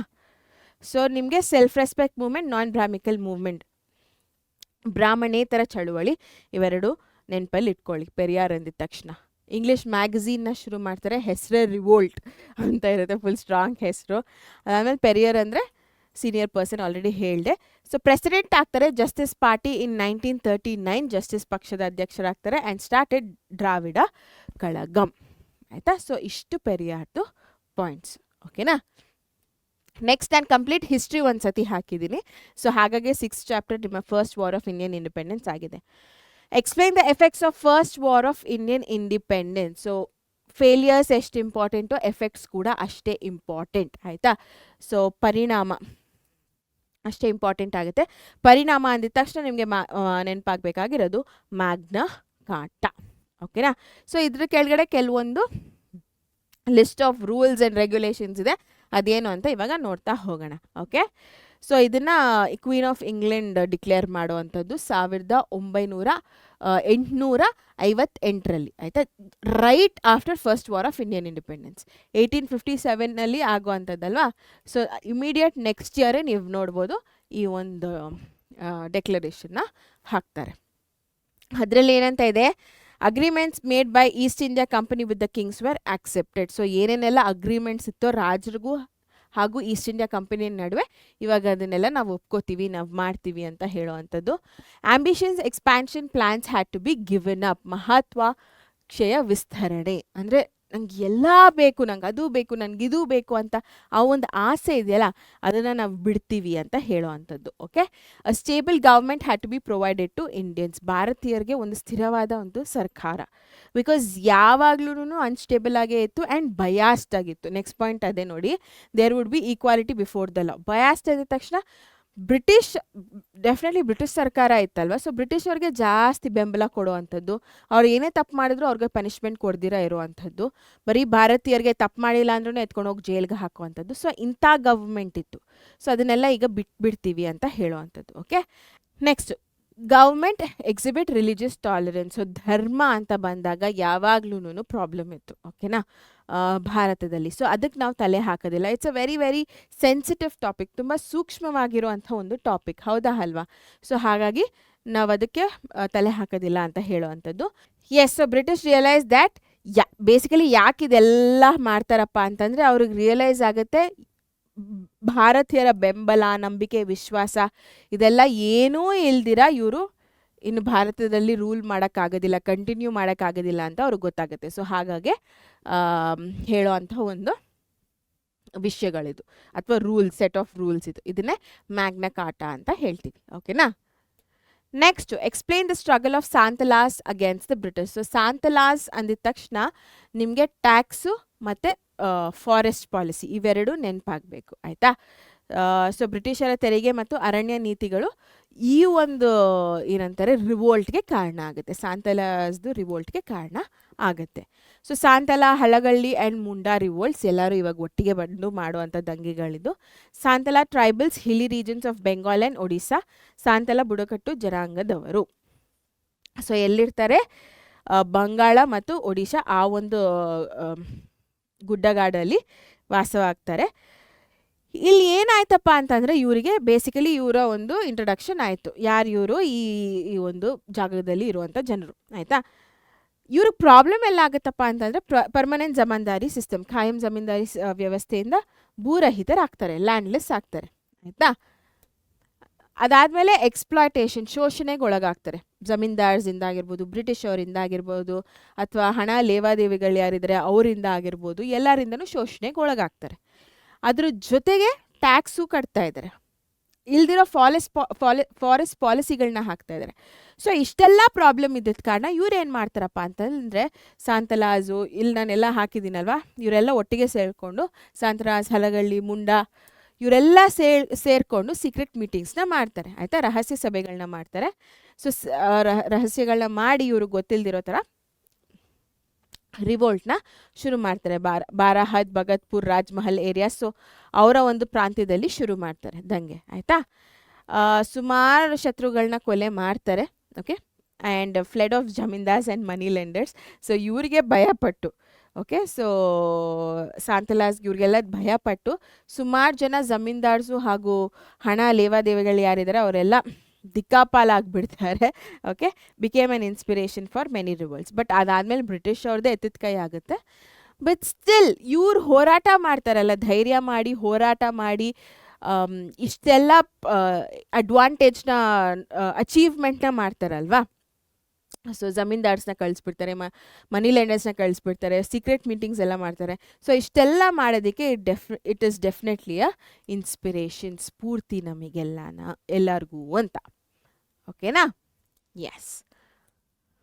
So discuss the merger of Hyderabad with the Indian union. ಹೈದರಾಬಾದನ್ನು ಭಾರತೀಯ ಒಕ್ಕೂಟದೊಂದಿಗೆ ವಿಲೀನಗೊಳಿಸುವ ಬಗ್ಗೆ ಚರ್ಚಿಸಿ ಅಂತ ಕೇಳ್ತಾ ಇದ್ದಾರೆ. ಓಕೆನಾ? ಸೊ ಹೈದರಾಬಾದ್ ನಿಮಗೆ ಗೊತ್ತು ನಿಜಾಮರ ಅಂಡರ್ ಇತ್ತು. ಸೊ ಅವರ ಒಂದು ಆಳ್ವಿಕೆಯ ಕೆಳಗಡೆ ಇತ್ತು. ಹೈದರಾಬಾದ್ ಅಂದಿದ ತಕ್ಷಣ ಸಮ್ವೇರ್ ಇಂದ ಮಿಡಲ್ ಬರುತ್ತೆ, ನೀವು ಮ್ಯಾಪ್ ನೆನ್ಪಿಟ್ಕೊಂಡಿದ್ರೆ. ಸೊ ಸೌತ್ ಆಫ್ ಇಂಡಿಯಾದಲ್ಲಿ ಮಿಡಲಲ್ಲಿ ಬರುತ್ತೆ. ಇವರ ಆಸೆ ಏನಾಗಿತ್ತು, ನಾನು ಯಾವುದಕ್ಕೂ ಜಾಯಿನ್ ಆಗೋದಿಲ್ಲ, ಪಾಕಿಸ್ತಾನ್ಗೂ ಜಾಯಿನ್ ಆಗೋದಿಲ್ಲ, ಭಾರತಕ್ಕೂ ಜಾಯಿನ್ ಆಗೋದಿಲ್ಲ, ನಾನು ಇಂಡಿಪೆಂಡೆಂಟ್ ಆಗಿರ್ತೀನಿ ಅಂತ ಹೇಳ್ತಾರೆ. ಆಯಿತಾ? ಆ್ಯಂಡ್ ಓಕೆ, ಆ್ಯಂಡ್ ಆಪ್ಷನ್ನು ಕೊಟ್ಟಿರ್ತಾರೆ ಬೇಸಿಕಲಿ. ಇಂಡಿಪೆಂಡೆನ್ಸ್ ಸಿಕ್ಕಾದ್ಮೇಲೆ ನೀವು ಇಂಡಿಪೆಂಡೆಂಟ್ ಆಗಿರ್ಬೋದು, ಅಥವಾ ಭಾರತಕ್ಕೆ ಜಾಯ್ನ್ ಆಗಬೇಕು, ಅಥವಾ ಪಾಕಿಸ್ತಾನಿಗೆ ಜಾಯ್ನ್ ಆಗಬೇಕು ಅಂತ. ಇವರು ಹಾಗೆ ಇಂಡಿಪೆಂಡೆಂಟ್ ಆಗಿರ್ತೀನಿ ಅಂತ ಅನ್ಕೋತಾರೆ. ಬಟ್ ಆ ಒಂದು ಇರುವಂಥ ಪೊಸಿಷನ್ ಹೇಗಿತ್ತಪ್ಪ ಅಂತಂದರೆ, ಹೈದರಾಬಾದು ಅವ್ರು ಇಂಡಿಪೆಂಡೆಂಟ್ ಆದರೆ ಒಂಥರ ಭಾರತ ಆಲ್ರೆಡಿ ಭಾರತ ಇವಾಗ ಹೊಡೆದೋಗಿ ಒಂದಿಷ್ಟ ಆಗಿದೆ, ಅಷ್ಟಿದ್ದು ಇಷ್ಟ ಆಗಿದೆ. ಮತ್ತು ಹೈದರಾಬಾದ್ನೇ ಸಪ್ರೇಟಾಗಿ ಮಾಡಿದರೆ ಇಟ್ ಇಸ್ ಈ ಕಡೆ ಇನ್ನು ಕೆಳಗಡೆ ಒಂಚೂರು ಹಾಗೆ ಭಾಗ ಆಗುತ್ತೆ, ಇನ್ಮೇಲೆ ಒಂಚೂರು ಭಾಗ ಆಗುತ್ತೆ. ಸೊ ಪಾಲಿಟಿಕಲಿ ಕೂಡ ಮ್ಯಾಪಲ್ಲಿ ನೋಡಿದಾಗ ಅದು ಇಂಡಿಪೆಂಡೆಂಟ್ ಆಗಿರಬೇಕಾಗಿರೋ ಅಂಥ ಒಂದು ಸ್ಟೇಟ್ ಅಲ್ವೇ ಅಲ್ಲ. ಆಯಿತಾ? ಸೊ ಇದಕ್ಕೆ ಏನು ಮಾಡ್ತಾರಪ್ಪ ಅಂತಂದರೆ, so refused to join the Union of India in order to remain independent. So ಇದು ಬೇಸಿಕಲಿ ಇಂಡಿಯನ್ ಗೌರ್ಮೆಂಟ್ಗೆ ಇಷ್ಟ ಆಗೋದಿಲ್ಲ. And armed struggle of the farmers of Telangana under the leadership of communist was underway. Severe hatred against Nizams Razakar which is the cruel army. ಕ್ರೂರ ಸೇನೆ ಆಗಿತ್ತು. So ಅಲ್ಲಿದ್ದಂಥ ಜನಗಳಿಗೂ ನಿಜಾಮರ ಕೆಳಗಡೆ ಇರಬೇಕು ಅಂತ ಅನ್ನಿಸ್ಲಿಲ್ಲ. ನಾವು ಗೌರ್ಮೆಂಟ್ ಆಫ್ ಇಂಡಿಯಾ ಏನಿದೆ, ಇಂಡಿಯಾಗೆ ನಾವು ಜಾಯಿನ್ ಆಗ್ತೀವಿ, ನಿಜಾಮರ ಕೆಳಗಡೆ ಇರೋದಕ್ಕೆ ನಮ್ಗೆ ಇಷ್ಟ ಇಲ್ಲ ಅಂತ ಅವರೂ ಹೇಳ್ತಾರೆ. ಸೊ ಇದನ್ನೆಲ್ಲ ನೋಡಿ ಇಂಡಿಯನ್ ಆರ್ಮಿ ಏನು ಮಾಡುತ್ತೆ, ಇಂಡಿಯನ್ ಗೌರ್ಮೆಂಟು ಆರ್ಮಿನ ಕಳಿಸುತ್ತೆ ನಿಜಾಮನ್ನ ಡಿಫೀಟ್ ಮಾಡಿ ಅಂತ, ಸೋಲಿಸಿ ಅಂತ. Paved way to merge Hyderabad with the union of India in 1948. So 1948ರಲ್ಲಿ ಹೈದರಾಬಾದ್ ಭಾರತಕ್ಕೆ ವಿಲೀನ ಆಗುತ್ತೆ. ಓಕೆನಾ? That's about Hyderabad merging to India. ಅದಾದಮೇಲೆ World War I started in the year. ಬೇಗ ಕಮೆಂಟ್ ಮಾಡಿ, ಬೇಗ ಕಮೆಂಟ್ ಮಾಡಿ ತಿಳಿಸಿ. ಪ್ರಥಮ ವಿಶ್ವ ಯುದ್ಧ ಡ್ಯಾಶ್ ವರ್ಷದಲ್ಲಿ ಪ್ರಾರಂಭವಾಯಿತು? 1918, 1914, 1939, 1945. ಬೇಗ ಬೇಗ ಬೇಗ ಬೇಗ ಬೇಗ ಬೇಗ ಮಾಡಿದ್ರಾ? Okay, will see what's the answer. 1914 is the right answer. ಓಕೆನಾ? ವೆರಿ ಇಂಪಾರ್ಟೆಂಟ್ ಆಗುತ್ತೆ ಈ ಒಂದು ಚಾಪ್ಟರಿಂದ 1 ಮಾರ್ಕ್ ಕ್ವೆಶನ್ಸು. ಸೊ ಅಲ್ಲಿಗೆ ಹಿಸ್ಟ್ರಿ ಆಯಿತು. ಈಗ ರಾಜ್ಯಶಾಸ್ತ್ರ ಪಾಲಿಟಿಕಲ್ ಸೈನ್ಸ್ನ ಶುರು ಮಾಡೋಣ. So 10th question, list the important armed services. How are they different from one and other? So ಪ್ರಮುಖ ಸಶಸ್ತ್ರ ಸೈನಿಕ ಪಡೆಗಳನ್ನು ಪಟ್ಟಿ ಮಾಡಿ ಅವು ಪರಸ್ಪರ ಹೇಗೆ ವಿಭಿನ್ನವಾಗಿದೆ ಅಥವಾ ಭಿನ್ನವಾಗಿದೆ ಅಂತ ಹೇಳಿ ಅಂತ ಕೇಳ್ತಾ ಇದ್ದಾರೆ. ನೀವು ಹೆಸರು ನೆನ್ಪಿಟ್ಕೊಂಡಿದ್ರೆ ಸಾಕು, ಆಯಿತಾ? ಅಬ್ರಿವೇಷನ್ ನೆನ್ಪಿಟ್ಕೊಂಡಿದ್ರೆ ಸಾಕು, ಅದ್ರ ಬಗ್ಗೆ ನಿಮಗೆ ಗೊತ್ತಾಗ್ಬಿಡುತ್ತೆ. ಆ್ಯಂಡ್ ಏನು ಆಪೋಸಿಟ್ ಪಾಯಿಂಟ್ಸ್ ಏನು ಅನ್ನೋದು ಕೂಡ ಈಸಿಯಾಗಿ ಗೊತ್ತಾಗ್ಬಿಡುತ್ತೆ. ಇವಾಗ ನಾನು ತೋರಿಸ್ತೀನಿ ನೋಡಿ. CRPF, Central Reserve Police Force. So ಅಬ್ರಿವೇಷನ್ನ ತಿಳ್ಕೊಳ್ಳಿ. Border Security Force, BSF. Police ಅಂದಿದ ತಕ್ಷಣ ಅಲ್ಲಿ ಏನೋ ಒಂದು ಕೆಲಸ ಮಾಡ್ತಾ ಇದ್ದಾರೆ. ಬಾರ್ಡರ್ ಅಂದಿದ ತಕ್ಷಣ ಬಾರ್ಡರಲ್ಲಿ ಏನೋ ಒಂದು ಕೆಲಸ ಮಾಡ್ತಾ ಇದ್ದಾರೆ. ರೈಲ್ವೆ ಪ್ರೊಟೆಕ್ಷನ್ ಫೋರ್ಸ್, ಆಯಿತಾ? RPF ಅಂದರೆ ರೈಲ್ವೇಸ್, ಆ ಒಂದು ಸೆಕ್ಟರಲ್ಲಿ ಏನೋ ಕೆಲಸ ಮಾಡ್ತಾ ಇದ್ದಾರೆ. CISF ಅಂದರೆ ಇಂಡಸ್ಟ್ರಿಯಲ್ ಸೆಕ್ಯೂರಿಟಿ ಫೋರ್ಸ್, ಅಂದರೆ ಇಂಡಸ್ಟ್ರೀಸ್ ಕಡೆಗೆ ಆ ಒಂದು ಸೆಕ್ಟರ್ ಕಡೆಗೆ ಏನೋ ಒಂದು ಕೆಲಸ ಮಾಡ್ತಾ ಇದ್ದಾರೆ ಅಂತ. ಸೊ ಇದೇ ಆಪೋಸಿಟ್ ಬೇಸಿಕಲಿ, ಒಂದರಿಂದ ಒಂದು ಹೇಗೆ ಭಿನ್ನವಾಗಿದೆ ಅಂತಂದರೆ ನೀವು ಅಬ್ರಿವೇಷನ್ಸ್ ತಿಳ್ಕೊಂಡ್ರೆ ಸಾಕು, ಈಸಿಯಾಗಿ ಬರೆದು ಬಿಡ್ಬೋದು. ಓಕೆನಾ? ಸೊ ಕೇಂದ್ರೀಯ ಮೀಸಲು ಪೊಲೀಸ್ ಪಡೆ ಅಂದಿದ ತಕ್ಷಣ assist state police in suppressing rights and maintaining law and order. Basically ಅದು ಅವ್ರ ಕೆಲಸ. Undertakes relief works during natural calamities. ಇದು ಕೂಡ ಇಂಪಾರ್ಟೆಂಟ್. ಸೊ ಏನೋ ಜಗಳ ಆಗ್ತಾ ಇದೆ, ಕಾನೂನು ವಿರುದ್ಧ ಯಾರಾದರೂ ಹೋಗ್ತಾ ಇದ್ದಾರೆ ಅಂತ ಅಂದಾಗ ಡೆಫಿನೆಟ್ಲಿ ಪೊಲೀಸವರು ಅಲ್ಲಿರ್ತಾರೆ. But apart from that natural calamities, ನೈಸರ್ಗಿಕ ವಿಕೋಪಗಳು ನಿಮ್ಮ ಟೆಕ್ಸ್ಟ್ ಬುಕ್ಕಲ್ಲೇ ಇದೆ. ಒಂದು ಅರ್ತ್ ಕ್ವೇಕ್ ಆಯಿತು, ಒಂದು ಸೈಕ್ಲೋನ್ ಆಯಿತು, ಒಂದು ಫ್ಲಡ್ ಆಯಿತು ಅಂದಾಗಲೂ ಕೂಡ ಪೊಲೀಸ್ ಫೋರ್ಸ್ ಇರುತ್ತೆ ಅಲ್ಲಿ ರಕ್ಷಣೆಗೆ ಅಂತ. ಓಕೆನಾ? ಬಾರ್ಡರ್ ಸೆಕ್ಯೂರಿಟಿ ಫೋರ್ಸ್ ಅಂದಿದ ತಕ್ಷಣ ಗಡಿ ಭದ್ರತಾ ಪಡೆ prevents criminal activities and protects the borders of India. ಯಾರ ನಡುವೆ? ಪಾಕಿಸ್ತಾನ ಹಾಗೂ Bangladesh. So India with Pakistan, India with Bangladesh. So ಇದು ಇವರ ಮೇನ್ ಬಾರ್ಡರ್ಸ್ಗಳಾಗಿರುತ್ತೆ ಕಾಪಾಡುವಂಥದ್ದು. ಓಕೆನಾ? Next railway protection force, railway ರಕ್ಷಣಾ ಪಡೆ ಅಂದಿದ ತಕ್ಷಣ ಪ್ರಿವೆಂಟ್ಸ್ ಆ್ಯಂಡ್ ಇನ್ವೆಸ್ಟಿಗೇಟ್ಸ್ ರೈಲ್ವೆ ಕ್ರೈಮ್ಸ್. ಆಯಿತಾ? ಸೊ ರೈಲಲ್ಲಿ, ಆಯಿತಾ? ಸೊ ಒಂದು ಟ್ರೈನಲ್ಲಿ ಏನಾದರೂ ಒಂದು ಕ್ರೈಮ್ ನಡೀತಾ ಇದೆ ಅಂತಂದರೆ ಅದು ಇವರ ಹ್ಯಾಂಡ್ ಓವರ್ ಕೆಳಗಡೆ ಇರುತ್ತೆ, ಅದನ್ನು ಸಾಲ್ವ್ ಮಾಡೋವಂಥದ್ದು. ಅದ್ರ ಜೊತೆಗೆ ಎಷ್ಟೊಂದು ಸಾವಿರಾರು ಜನ ಟ್ರಾವೆಲ್ ಮಾಡ್ತಾರಲ್ಲ, ಅವರ ರಕ್ಷಣೆ ಕೂಡ ಇವರ ಒಂದು ಕೆಳಗಡೆನೇ ಇರುತ್ತೆ, ಪ್ಯಾಸೆಂಜರ್ಸ್ನ ರಕ್ಷಣೆ. ಅದಾದಮೇಲೆ ಸೆಂಟ್ರಲ್ ಇಂಡಸ್ಟ್ರಿಯಲ್ ಸೆಕ್ಯೂರಿಟಿ, ಕೇಂದ್ರೀಯ ಕೈಗಾರಿಕಾ ಭದ್ರತೆ ಪಡೆ ಅಂದಿದ ತಕ್ಷಣ provide security to large scale industries in public sector, airports, harbours, notes and coin minting centres. Very very important. So ಇಂಥ ಒಂದು ಸ್ಪಾಟ್ಸ್ಗಳಲ್ಲಿ ಏನಾದರೂ ಆಗುವಂಥ ಸಾಧ್ಯತೆಗಳಿದೆ ಅಲ್ವಾ? ಸೊ ಆ ಒಂದು ಕಾರಣಕ್ಕೆ ಅಲ್ಲಿರುವಂಥ ಜನಗಳಿಗೆ ಅಥವಾ ಅಲ್ಲಿರುವಂಥ ಒಂದು ಲಾರ್ಜ್ ಸ್ಕೇಲ್ ಇಂಡಸ್ಟ್ರೀಸ್ ಕೈಗಾರಿಕೆಗಳಿಗೆ ಅಲ್ಲಿರುವಂಥ ಜನಗಳಿಗೆ ಆಬ್ವಿಯಸ್ಲಿ ಪ್ರೊಟೆಕ್ಷನ್ನ ನೀಡುವಂಥದ್ದು ಇವರ ಕೆಲಸ ಆಗಿದೆ. ಓಕೆನಾ? Next, what are the measures taken by the government to improve the status of women? So ಮಹಿಳೆಯರ ಸ್ಥಿತಿಯನ್ನು ಸುಧಾರಿಸಲು ಸರ್ಕಾರ ಕೈಗೊಳ್ಳುವ ಕ್ರಮಗಳೇನು ಅಂತ ಕೇಳ್ತಾ ಇದ್ದಾರೆ. So there are couple of things. Sakhi one stop solution ಆಗಿರ್ಬೋದು, ಕೆಲವೊಂದು ಸ್ಕೀಮ್ಸ್ಗಳಾಗಿರ್ಬೋದು. ಸೊ ಇದನ್ನೆಲ್ಲ ನೀವು ಮೆನ್ಷನ್ ಮಾಡ್ತಾ ಹೋಗಬೇಕು. ಓಕೆನಾ ಮಕ್ಕಳೇ? So the ministry of women and child welfare at the centre and States. ಆಯಿತಾ? ಸೊ ವುಮೆನ್ ಅಂದಿದ ತಕ್ಷಣ ಡೆಫಿನೆಟ್ಲಿ ಚೈಲ್ಡ್ ಕೂಡ ಬರ್ತಾರೆ. ಬಿಕಾಸ್ ಈ ಎರಡೂ ಸೆಕ್ಟರ್ಸ್ಗಳು, ವುಮೆನ್ ಆಗಿರ್ಬೋದು, ಚೈಲ್ಡ್ ಆಗಿರ್ಬೋದು, ಈ ಎರಡೂ ಸೆಕ್ಟರ್ಸ್ಗಳು ಶೋಷಣೆಗೆ ಒಳಗಾಗುವಂಥ ಸೆಕ್ಟರ್ಸ್ಗಳು. ಆಯಿತಾ? ಸೊ ಹಾಗಾಗಿ ಅವರ ವೆಲ್ಫೇರ್ ಸೆಂಟರ್ಸ್ ಇರುವಂಥದ್ದು ಬೋತ್ ಕೇಂದ್ರದ್ದು ಹಾಗೂ ರಾಜ್ಯದ್ದು ಎರಡು ಕಡೆನೂ. ಓಕೆನಾ? ಅವರ ಒಂದು ಅಭಿವೃದ್ಧಿಗೋಸ್ಕರ national and state women's commissions ಇದೆ, ಮಹಿಳಾ ಆಯೋಗ ಇದೆ, ಅಗೇನ್ ಕೇಂದ್ರ ಹಾಗೂ ರಾಜ್ಯ ಮಟ್ಟದಲ್ಲಿ. ವುಮೆನ್ ಡೆವಲಪ್ಮೆಂಟ್ ಕಾರ್ಪೊರೇಷನ್, ಮಹಿಳಾ ಅಭಿವೃದ್ಧಿ ನಿಗಮ ಇದೆ. ಸಖಿ ಒನ್ ಸ್ಟಾಪ್ ಸೊಲ್ಯೂಷನ್ ನಾನು ಹೇಳ್ದಂಥದ್ದು. ದೆನ್ ದೇರ್ಸ್ ಕಾಯ್ದೆ, ಓಕೆ, ರಕ್ಷಣಾ ಕಾಯ್ದೆ, domestic act 2005. Women violence protection domestic act 2005, prohibition of sexual harassment of women in working places. So ಕೆಲಸ ಮಾಡುವಂಥ ಒಂದು ಸ್ಥಳದಲ್ಲಿ, ದುಡಿಯುವ ಸ್ಥಳದಲ್ಲಿ ಲೈಂಗಿಕ ಕಿರುಕುಳ ಇದ್ದರೆ ಅದು ಕೂಡ ಕಂಪ್ಲೇಂಟ್ ಮಾಡ್ಬೋದು. ಆ್ಯಂಡ್ ದೆನ್ ಹೆಲ್ಪ್ಲೈನ್ ನಂಬರ್ ಇದೆ 1091 1091, ಆ ಥರ ನೆನ್ಪಿಟ್ಕೊಂಡಿರಿ. ಆ್ಯಂಡ್ ದೆನ್ ರಿಸರ್ವೇಷನ್ಸ್ ಕೂಡ ಇದೆ, ಮೀಸಲಾತಿಗೆ ಕೂಡ ಇದೆ. Central and state government jobs, ಕೇಂದ್ರ ಹಾಗೂ ರಾಜ್ಯ ಸರ್ಕಾರದ ಉದ್ಯೋಗಗಳು ಸಿಗುತ್ತೆ. In Karnataka 50% of seats in local self government ಮಹಿಳೆಯರಿಗೆ ಮೀಸಲಾತಿ ಇಡಿಸಲಾಗಿದೆ. ಅದಾದಮೇಲೆ ನಾರಿ ಶಕ್ತಿ ವಂದನಾ ಅಧಿನಿಯಂ ಆ್ಯಕ್ಟ್ ಕೂಡ ಬಂದಿದೆ, ನಾರಿ ಶಕ್ತಿ ವಂದನಾ ಅಧಿನಿಯಂ ಕಾಯ್ದೆ. ಆಯಿತಾ? Next, which are the basic principles of India's foreign policy? Very very very important. So ವಿದೇಶಾಂಗ ನೀತಿಯ ಮೂಲ ತತ್ವಗಳು ಯಾವುದು ಅಂತ. ಇವ್ 4 ವೆರಿ ವೆರಿ ಇಂಪಾರ್ಟೆಂಟ್ ಆಗುತ್ತೆ ಮಕ್ಕಳೇ. Colonialism, imperialism, racial discrimination, non alignment. Opposition opposition opposition. So ವಿರುದ್ಧ, ಕೊಲೋನಿಯಾಲಿಸಮ್ ವಿರುದ್ಧ, ಇಂಪೆರಿಯಾಲಿಸಮ್ ವಿರುದ್ಧ, ರೇಷಿಯಲ್ ಡಿಸ್ಕ್ರಿಮಿನೇಷನ್ ವಿರುದ್ಧ. ಓಕೆನಾ? ಕೊಲೋನಿಯಾಲಿಸಮ್ ಅಂದಿದ ತಕ್ಷಣ ಇವಾಗ ಬ್ರಿಟಿಷರು ಬಂದು ಇಲ್ಲಿ ಆಳ್ತಾ ಇದ್ರು, ದಟ್ ಇಸ್ ಕೊಲೋನಿಯಾಲಿಸಮ್. ಇಂಪೆರಿಯಾಲಿಸಮ್ ಅಂದಿದ ತಕ್ಷಣ ಬ್ರಿಟಿಷವ್ರು ಅಕಸ್ಮಾತಾಗಿ ಭಾರತಕ್ಕೆ ಬರ್ದಿರಾ ಇಂಗ್ಲೆಂಡಲ್ಲೇ ಎತ್ಕೊಂಡು ನಮ್ಮನ್ನು ಕಂಟ್ರೋಲ್ ಮಾಡ್ತಾ ಇದ್ರು, ದಟ್ ಈಸ್ ಇಂಪೆರಿಯಾಲಿಸಮ್. ಎರಡೂ ಬೇಡ, ನಮ್ಮನ್ನು ನಾವು ನೋಡ್ಕೋತೀವಿ ಅಂತ ಹೇಳುವಂಥದ್ದು. ರೇಷಿಯಲ್ ಡಿಸ್ಕ್ರಿಮಿನೇಷನ್, ಜನಾಂಗೀಯ ತಾರತಮ್ಯ, colour, cost, religion, all of these things. ಆಯಿತಾ?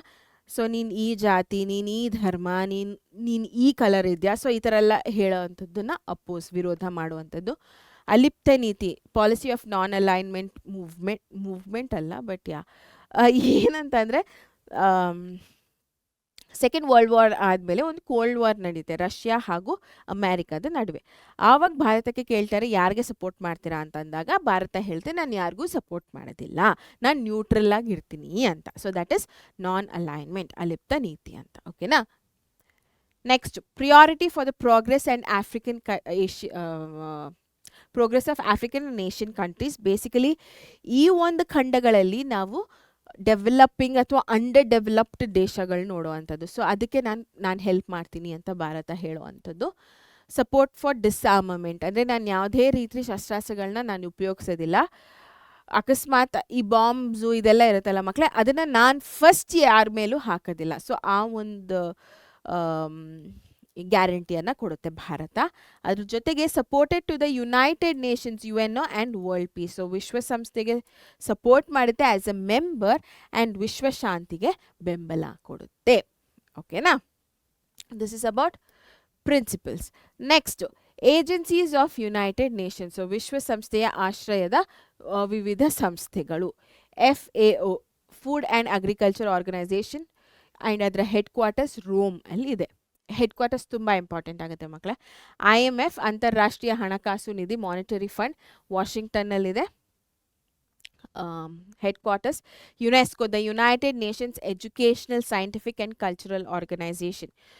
ವಿಶ್ವಸಂಸ್ಥೆಯ ಶೈಕ್ಷಣಿಕ, ವೈಜ್ಞಾನಿಕ ಮತ್ತು ಸಾಂಸ್ಕೃತಿಕ ಸಂಸ್ಥೆ, ಪ್ಯಾರಿಸ್ಸಲ್ಲಿರುವಂಥದ್ದು. IBRD, International Bank of Reconstruction and Development, ವಾಷಿಂಗ್ಟನ್ನಲ್ಲಿದೆ. ಅಗೇನ್ IMF ಮತ್ತು IBRD. WHO, World Health Organisation, ವಿಶ್ವ ಆರೋಗ್ಯ ಸಂಸ್ಥೆ, Geneva. And International Labour Organisation, ILO, ಅಂತಾರಾಷ್ಟ್ರೀಯ ಕಾರ್ಮಿಕ ಸಂಸ್ಥೆ, ಸ್ವಿಟ್ಜರ್ಲ್ಯಾಂಡಲ್ಲಿದೆ. Okay? So headquarters plays a very important role. This is very very important. ಓಕೆನಾ? ನೆಕ್ಸ್ಟ್, ಇವಾಗ ಸೋಷಿಯಾಲಜಿಗೆ ಬರ್ತೀವಿ. ಸಮಾಜಶಾಸ್ತ್ರ, ಒನ್ ಆಫ್ ದ ಈಸಿಯೆಸ್ಟ್ ಏನಂತಾರೆ ಬ್ರ್ಯಾಂಚ್ ಆಫ್ ಸೋಷಿಯಲ್ ಅಂತ ಹೇಳ್ಬೋದು ನನಗನ್ಸುತ್ತೆ. ನಿಮ್ಗೇನು ಅನಿಸುತ್ತೆ? ಯಾವ್ದು ಈಸಿ ಅನಿಸುತ್ತೆ ನಿಮಗೆ? ಹಿಸ್ಟ್ರಿನಾ, ಪೊಲಿಟಿಕಲ್ ಸೈನ್ಸಾ, ಸೋಷಿಯಾಲಜಿನಾ? ತಿಳಿಸ್ತೀರಾ ನಂಗೆ ಕಮೆಂಟ್ ಸೆಕ್ಷನಲ್ಲಿ, ನಾನು ತಿಳ್ಕೊತೀನಿ. ಸೊ ಯಾವ್ದು ಕಷ್ಟ ಅಂತಲೂ ತಿಳಿಸಿ. ಹಿಸ್ಟ್ರಿ ಡಿಫಿಕಲ್ಟ್, ಸೋಷಿಯಾಲಜಿ ಈಸಿ, ಆ ಥರ. ಸೊ ನಾನು ಹೆಂಗಿದ್ರು ಎಕ್ಸಾಮ್ ಹತ್ತಿರ ಬರ್ತಾ ಇದೆಯಲ್ಲ, ನಿಮ್ಗೆ ಜಾಸ್ತಿ ಯಾವ್ದು ಡಿಫಿಕಲ್ಟ್ ಅಂತ ಅನಿಸುತ್ತೋ ನನಗೆ ಅದ್ರ ಮೇಲೆ ನಾನು ಜಾಸ್ತಿ ಫೋಕಸ್ ಮಾಡ್ತಾ ಹೋಗ್ತೀನಿ. ತಿಳಿಸ್ತೀರಾ? ಬೇಗ ಬೇಗ ತಿಳಿಸಿ. ಆ್ಯಂಡ್ ಇದುವರೆಗೂ ನಿಮ್ಗೆ ಕೇಳಿರೋ ಪಾಠ ಇಷ್ಟ ಆಗಿದ್ರೆ ಡೆಫಿನೆಟ್ಲಿ ಲೈಕ್ ಮಾಡಿ. ಲೈಕ್ ಮಾಡೋದನ್ನು ಮಾತ್ರ ಮರಿಬೇಡಿ. ಆ್ಯಂಡ್ ಯಾರೆಲ್ಲ ಸಬ್ಸ್ಕ್ರೈಬ್ ಆಗಿಲ್ವೋ ಹೋಗಿ ಬೇಗ ಸಬ್ಸ್ಕ್ರೈಬ್ ಆಗಿ ಬಂದುಬೇಡಿ. Okay? S. Next question, prejudice ಅಂದರೆ ಏನು? ಪೂರ್ವಾಗ್ರಹ ಅಂದರೆ ಏನು ಅಂತ ಕೇಳ್ತಾ ಇದ್ದಾರೆ. ಸೊ ಒಬ್ಬ ವ್ಯಕ್ತಿ ಹೊಸದಾಗಿ ಪರಿಚಯ ಆಗಿದ್ದಾರೆ ಅಷ್ಟೇ, ಏನೂ ಗೊತ್ತಿಲ್ಲ ಅವ್ರ ಬಗ್ಗೆ, ಬಟ್ ಅವ್ರು ಈ ಥರಾನೇ ಅಂತ ನಾನು ಫಸ್ಟೇ ಜಡ್ಜ್ಮೆಂಟ್ ಕೊಡುವಂಥದ್ದು, ಅದು ಪ್ರಿಜುಡಿಸ್ ಅಂತ ಹೇಳ್ತೀವಿ. Okay, opinion opinion a person forms about an other person or community even before he gets to know them. Okay, so ಒಬ್ಬ ವ್ಯಕ್ತಿ ಅಥವಾ ಒಂದು ನಮ್ಗೆ ಎಷ್ಟೊಂದು ಸತಿ ಅನ್ಸಿರುತ್ತಲ್ಲ ಮಕ್ಕಳೇ, ನಾವು ಯಾರನ್ನೋ ಒಬ್ಬರು ನೋಡ್ಬಿಟ್ಟಿರ್ತೇವೋ ಇವ್ರಿಗೆ ಆ್ಯಟಿಟ್ಯೂಡ್ ಜಾಸ್ತಿ, ಇವ್ರು ಹಂಗೆ ಇವ್ರು ಹಿಂಗೆ ಅಂತ, ಬಟ್ ಅವ್ರ ಜೊತೆ ಹೋಗಿ ಮಾತಾಡಿಸಿದಾಗ ಯುನೋ ಸ್ವಲ್ಪ ಜಾಸ್ತಿ ಫ್ರೆಂಡ್ಶಿಪ್ನ ಬೆಳೆಸ್ಕೊಂಡಾಗ ಅನಿಸುತ್ತೆ ಆ್ಯಕ್ಚುಲಿ ಇವ್ರು ಆ ಥರ ಅಲ್ಲ ಅಂತ, ಅಲ್ವಾ? So that is what is ಪ್ರೆಜುಡಿಸ್. ನಾವು ಫಸ್ಟೇ ಅನ್ಕೋತೀವಲ್ಲ ಇವ್ರಿಗೆ ಆ್ಯಟಿಟ್ಯೂಡ್ ಜಾಸ್ತಿ, ಇವ್ರ ಕೊಬ್ಬು ಜಾಸ್ತಿ ಅದು ಇದು ಅಂತ. ಸೊ ಆ ಥರ ಅನ್ಕೋಬೇಡಿ ಅಂತ ಹೇಳುವಂಥದ್ದು. ಓಕೆನಾ? So that is prejudice for you. ಒಬ್ಬ ವ್ಯಕ್ತಿ ಅಥವಾ ಒಂದು ಸಮೂಹದವರ ಬಗ್ಗೆ ಹೊಂದಿರಬಹುದಾದ ಪೂರ್ವ ನಿರ್ಧಾರಿತ ಮನೋಭಾವವನ್ನು ಪೂರ್ವಗ್ರಹ ಅಂತ ಹೇಳುವಂಥದ್ದು. ಓಕೆನಾ?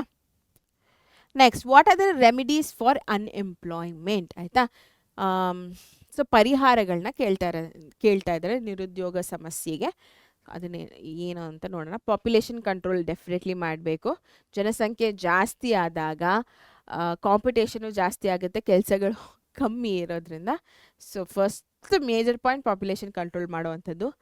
ಕಾಟೇಜ್ ಇಂಡಸ್ಟ್ರೀಸ್, ಗುಡಿ ಕೈಗಾರಿಕೆಗಳನ್ನ ಪ್ರೋತ್ಸಾಹ ಮಾಡುವಂಥದ್ದು. ಓಕೆನಾ? ಸೊ ದಟ್ ರೂರಲ್ ಡೆವಲಪ್ಮೆಂಟ್ ಕೂಡ ಆಗೋ ಸಾಧ್ಯತೆಗಳು ಜಾಸ್ತಿ ಇದೆ. ಅಗ್ರಿಕಲ್ಚರ್ ಡೆವಲಪ್ಮೆಂಟ್ ಮಾಡುವಂಥದ್ದು. ವ್ಯವಸಾಯನೇ ನಮ್ಮ ಬೆನ್ನೆಲುಬು, ಬಟ್ ಅದನ್ನೇ ನಾವು ಬಿಟ್ಬಿಡ್ತಾ ಇದ್ದೀವಿ. ಸೊ ಅದನ್ನು ಅಭಿವೃದ್ಧಿ ಮಾಡುವಂಥದ್ದು. ಇಂಡಸ್ಟ್ರಿಯಲ್ ಡೆವಲಪ್ಮೆಂಟ್, ಕೈಗಾರಿಕಾ ಕ್ಷೇತ್ರದ ಅಭಿವೃದ್ಧಿ. ಬೇಸಿಕಲಿ ಎಲ್ಲೆಲ್ಲೆಲ್ಲ ನಮಗೆ ಉದ್ಯೋಗ ಸಿಗುತ್ತೋ ಆ ಸೆಕ್ಟರ್ಸ್ನೆಲ್ಲ ನಾವು ಡೆವಲಪ್ ಮಾಡ್ತಾ ಹೋಗುವಂಥದ್ದು. ಕಾಟೇಜ್ ಇಂಡಸ್ಟ್ರಿ ಆಗಿರ್ಬೋದು, ಎಜುಕೇಷನಲ್ ರಿಫಾರ್ಮ್ಸು, ಕೈಗಾರಿಕೆ, ಕೃಷಿ, ಎಲ್ಲ ಕಡೆ ನಮಗೆ ಉದ್ಯೋಗಗಳು ಸಿಗುವಂಥದ್ದು, ಜನರೇಟ್ ಮಾಡುವಂಥ ಒಂದು ಸೆಕ್ಟರ್ಸ್ಗಳು. ಸೊ ಅದನ್ನೆಲ್ಲ ಅಭಿವೃದ್ಧಿ ಮಾಡುವಂಥದ್ದು. 5 ಇಯರ್ ಪ್ಲ್ಯಾನ್ಸ್ನ ಕರೆಕ್ಟಾಗಿ ಉಪಯೋಗಿಸ್ಕೊಳ್ಳೋ ಅಂಥದ್ದು, ಪಂಚವಾರ್ಷಿಕ ಯೋಜನೆಗಳನ್ನ, ವೊಕೇಶ್ನಲ್ ಎಜುಕೇಷನ್, ವೃತ್ತಿಪರ ಶಿಕ್ಷಣ ಏನಿದೆ ಅದಕ್ಕೆ ಪ್ರೋತ್ಸಾಹ ಮಾಡುವಂಥದ್ದು. ರೂರಲ್ ಡೆವಲಪ್ಮೆಂಟ್ ಪ್ರೋಗ್ರಾಮ್ಸ್ಗಳೇನಿದೆ ಅದನ್ನು ಉಪಯೋಗಿಸ್ಕೊಳ್ಳೋ ಅಂಥದ್ದು ಯೋಜನೆಗಳು, ಗ್ರಾಮೀಣ ಅಭಿವೃದ್ಧಿದು. ಎಂಪ್ಲಾಯ್ಮೆಂಟ್ ಗ್ಯಾರಂಟಿ ಪ್ರೋಗ್ರಾಮ್, ಉದ್ಯೋಗ ಖಾತರಿ ಯೋಜನೆಯನ್ನು ಉಪಯೋಗಿಸ್ಕೊಳ್ಳೋ ಅಂಥದ್ದು. ಸೊ ಬೇಸಿಕಲಿ ಗೌರ್ಮೆಂಟ್ ಕಡೆಯಿಂದ ಏನೇನು ಬರ್ತಾ ಇದೆ ಅದನ್ನು ತಿಳ್ಕೊಂಡು ಉಪಯೋಗಿಸ್ಕೋಬೇಕು. ಫಸ್ಟ್ ಆಫ್ ಆಲ್ ನಮಗೆ ಗೊತ್ತೇ ಇಲ್ಲ, ನನಗೆ ಯಾರೂ ಹೇಳಲೇ ಇಲ್ಲ ಅಂತ ಸುಮ್ಮನೆ ಇದ್ದರೆ ಡೇಸ್ ಪಾಸ್ ಆಗುತ್ತೆ ವಿನಃ ಉದ್ಯೋಗ ಸಿಗೋದಿಲ್ಲ. ಆಯಿತಾ? ಸೊ ಎಲ್ಲ ತಿಳ್ಕೊಂಡು ಆ ಒಂದು ಗೌರ್ಮೆಂಟ್ ಕಡೆಯಿಂದ ಏನೇನು ಬಂದಿದೆಯೋ ಅದನ್ನೆಲ್ಲ ಉಪಯೋಗಿಸ್ಕೊಂಡು ಹೋದರೆ ಡೆಫಿನೆಟ್ಲಿ ಉದ್ಯೋಗ ಸಿಗುತ್ತೆ. ಓಕೆ, ನಿರುದ್ಯೋಗ ಥರನ ನಾವು ಸ್ವಲ್ಪ ಅಟ್ಲೀಸ್ಟ್ ತಡೆಗಟ್ಬೋದು. Next one, explain the reason of a riot. ದೊಂಬಿಯ ಸ್ವರೂಪವನ್ನು ವಿವರಿಸಿ. So when acts of mob are uncontrolled. So ಇದು ಒಂಥರ ಜನಸಮೂಹನೇ, ಬಟ್ ಇದು ಕಂಟ್ರೋಲ್ ಆಗಲ್ಲ. ತುಂಬ ವೈಲೆಂಟಾಗಿ ಹೋದರೆ then that will become a ದೊಂಬಿ ಅಥವಾ riot. So when they take violent nature, same ಹಿಂಸಾತ್ಮಕ ಸ್ವಭಾವ ತೆಗೆದುಕೊಂಡ್ರೆ ಆಗುವಂಥದ್ದು. When they take destructive nature, ವಿನಾಶಕಾರಿ ಸ್ವಭಾವ, ಹಿಂಸಾತ್ಮಕ ಸ್ವಭಾವ, ಆಲ್ ಆಫ್ ದೋಸ್ ಥಿಂಗ್ಸ್ ನೀವು ರೈಟಲ್ಲಿ ಬರಿಬೋದು. Destroying everything in their way, ಅವರ ದಾರಿಯಲ್ಲಿ ಏನೇನು ಬರ್ತಾಯಿದೋ ಅದನ್ನೆಲ್ಲ ನಾಶಪಡಿಸ್ತಾ ಹೋಗ್ಬೋದು. ಮನುಷ್ಯ ಬರ್ತಾಯಿದ್ರೆ ಅವನ್ನ ಕತ್ತರಿಸ್ಬಿಟ್ಟು ಹೋಗ್ತಾರೆ. ಸೊ ಅಂಥ ಒಂದು ವೈಲೆಂಟ್ ಸಿಚುವೇಶನ್ ರೈಟ್ ಕ್ರಿಯೇಟ್ ಮಾಡುತ್ತೆ. Creation of chaotic situation, basically ಅವ್ಯವಸ್ಥೆಯ ಸೃಷ್ಟಿಯಾಗ್ತಾ ಹೋಗುತ್ತೆ, ಲಾಡ್ ಆಫ್ ಕಿಯಾಸ್ ಆಗುವಂಥದ್ದು. ಸೊ ಇದು ನಿಮಗೆ ರೈಟ್ಗೆ ಬರಿಬೇಕಾಗಿರುವಂಥ ಕಾರಣಗಳು ದೊಂಬಿಗೆ. Okay, next question, what are the causes for child labour? What are the reasons for increasing child labour? So ಬಾಲ ಕಾರ್ಮಿಕರ ಪದ್ಧತಿಗೆ ಕಾರಣ ಏನು ಅಂತ ಕೇಳ್ತಾ ಇದ್ದಾರೆ. ಕಪಲ್ ಆಫ್ ರೀಸನ್ಸ್ ಇದೆ. ಬಡತನ, ಆಯಿತಾ? ಸೊ ಹಾಗಾಗಿ ಬೇಗ ಉದ್ಯೋಗಕ್ಕೆ ಹೋಗುವಂಥದ್ದು. ದೇಶೀಯ ಸಂಘರ್ಷ, ಡೊಮೆಸ್ಟಿಕ್ ಕಾನ್ಫ್ಲಿಕ್ಟು. ಓಕೆ, ಅಂದರೆ ಮಗುಗೆ ತುಂಬ ಕಿರುಕುಳ ಕೊಡುವಂಥದ್ದು, ವಿಚ್ಛೇದನ, ಪೇರೆಂಟ್ಸ್ ಡಿವೋರ್ಸ್ ಆಗಿಬಿಡುವಂಥದ್ದು, ಆ ಮಗುದು ದಿಕ್ಕಾಪಾಲೆ ಆ ಥರ ಸಿಚುವೇಶನ್ನು. ಡೊಮೆಸ್ಟಿಕ್ ವೈಲೆನ್ಸು, ಮನೆಯಲ್ಲಿ ಅಪ್ಪ ಅಮ್ಮ ಯಾವಾಗಲೂ ಜಗಳ ಆಡುವಂಥದ್ದು, ಘರ್ಷಣೆ, ತುಂಬ ಅಯ್ಯೋ ಯಾರಪ್ಪ ಇದು ಅಂತ ಮಗು ಹೊರಗಡೆ ಬಂದುಬಿಡೋ ಅಂಥದ್ದು. ಎಕ್ಸೆಸಿವ್ ಕಂಟ್ರೋಲ್ ಆಫ್ ಪೇರೆಂಟ್ಸು, ಮಗುನ ತುಂಬ ಅಂದರೆ ತುಂಬ ಕಟ್ಟುನಿಟ್ಟಾಗಿ ಸಾಕ್ಬಿಡೋ ಅಂಥದ್ದು, ಈ ಥರನೇ ಮಾಡಬೇಕು ಅಂತ ಅತಿಯಾದ ಒಂದು ನಿಯಂತ್ರಣ ಮಾಡುವಂಥದ್ದು. ಆಯಿತಾ? ಆ್ಯಂಡ್ ಗ್ರೀಡ್ ಆಫ್ ಇಂಡಸ್ಟ್ರಿಯಲಿಸ್ಟ್, ಕೈಗಾರಿಕೆ ಓನರ್ಸ್ ಯಾರಿದ್ದಾರೆ ಅವರೇನು ಮಾಡ್ತಾರೆ, ಮಕ್ಕಳನ್ನ ಇಟ್ಕೊಂಡ್ಬಿಡೋ ಅಂಥದ್ದು. ಬಿಕಾಸ್ ಅವ್ರ ಕೈಯಲ್ಲಿ ಜಾಸ್ತಿ ಕೆಲಸ ಮಾಡಿಸ್ಬೋದು, ಕಮ್ಮಿ ದುಡ್ಡನ್ನ ಕೊಡ್ಬೋದು. ಸೊ ಆ ಒಂದು ಅಡ್ವಾಂಟೇಜಿಂದ ಮಕ್ಕಳನ್ನ ಇಟ್ಕೊಳ್ಳೋ ಅಂಥದ್ದು, ಸೊ ದುರಾಸೆ ಪಡೋ ಅಂಥದ್ದು, ಅನಕ್ಷರತೆ, ಓದಿಲ್ಲ, ಕಿಡ್ನ್ಯಾಪಿಂಗ್ ಚಿಲ್ಡ್ರನ್. ಸೊ ಕಿಡ್ನ್ಯಾಪ್ ಮಾಡಿಬಿಟ್ರೆ ಮಕ್ಕಳು ಎಲ್ಲೋ ಹೋಗ್ತಾ ಇರ್ತಾರೆ ದಾರಿಯಲ್ಲಿ, ಹುಷಾರಾಗಿರಿ ಮಕ್ಕಳು ಎಲ್ಲನೂ ಹೋಗ್ತಾ ಇರ್ತಾರೆ, ಕಿಡ್ನ್ಯಾಪ್ ಮಾಡಿಬಿಡೋ ಅಂಥದ್ದು. ಸೊ ಅವ್ರು ಏನು ಮಾಡೋಕ್ಕಾಗತ್ತೆ, ಸೊ ಕೆಲ್ಸಕ್ಕೆ ಹಾಕೋ ಅಂಥದ್ದು. ಪ್ಲೆಡ್ಜಿಂಗ್ ಚಿಲ್ಡ್ರನ್, ಸೊ ಅಪ್ಪ ಅಮ್ಮ ಏನಾದರೂ ಸಾಲ ಮಾಡಿದರೆ ಅಥವಾ ಒನ್ ಆಫ್ ದಿ ಎಕ್ಸಾಂಪಲ್ಸ್ ಅದು.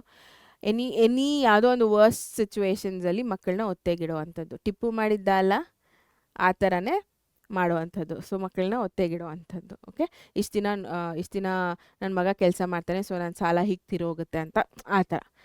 So all of these things ಏನಾಗುತ್ತಪ್ಪ ಅಂತಂದರೆ ಈ ಒಂದು ಚೈಲ್ಡ್ ಲೇಬರ್ಗೆ ಕಾರಣ ಆಗುತ್ತೆ. ನೆಕ್ಸ್ಟ್, ಭೂಗೋಳ ಶಾಸ್ತ್ರ, ನನ್ನ ಫೇವ್ರೆಟ್. ಓಕೆ, ಸೊ ನೀವು ನನಗೆ ಕಮೆಂಟ್ ಮಾಡಿ ತಿಳಿಸ್ತೀರಿ ಅಂತ ಹೇಳಿದರೆ ಯಾವ್ದು ಕಷ್ಟ ಇದೆ, ಯಾವ್ದು ಈಸಿ ಇದೆ ಅಂತ. ಸೊ ನಂಗೆ ಬೇಗ ಬೇಗ ಬೇಗ ತಿಳಿಸ್ಬೇಕು. Okay, so west coastal plains, ಪಶ್ಚಿಮ ಕರಾವಳಿ ಮೈದಾನಗಳು.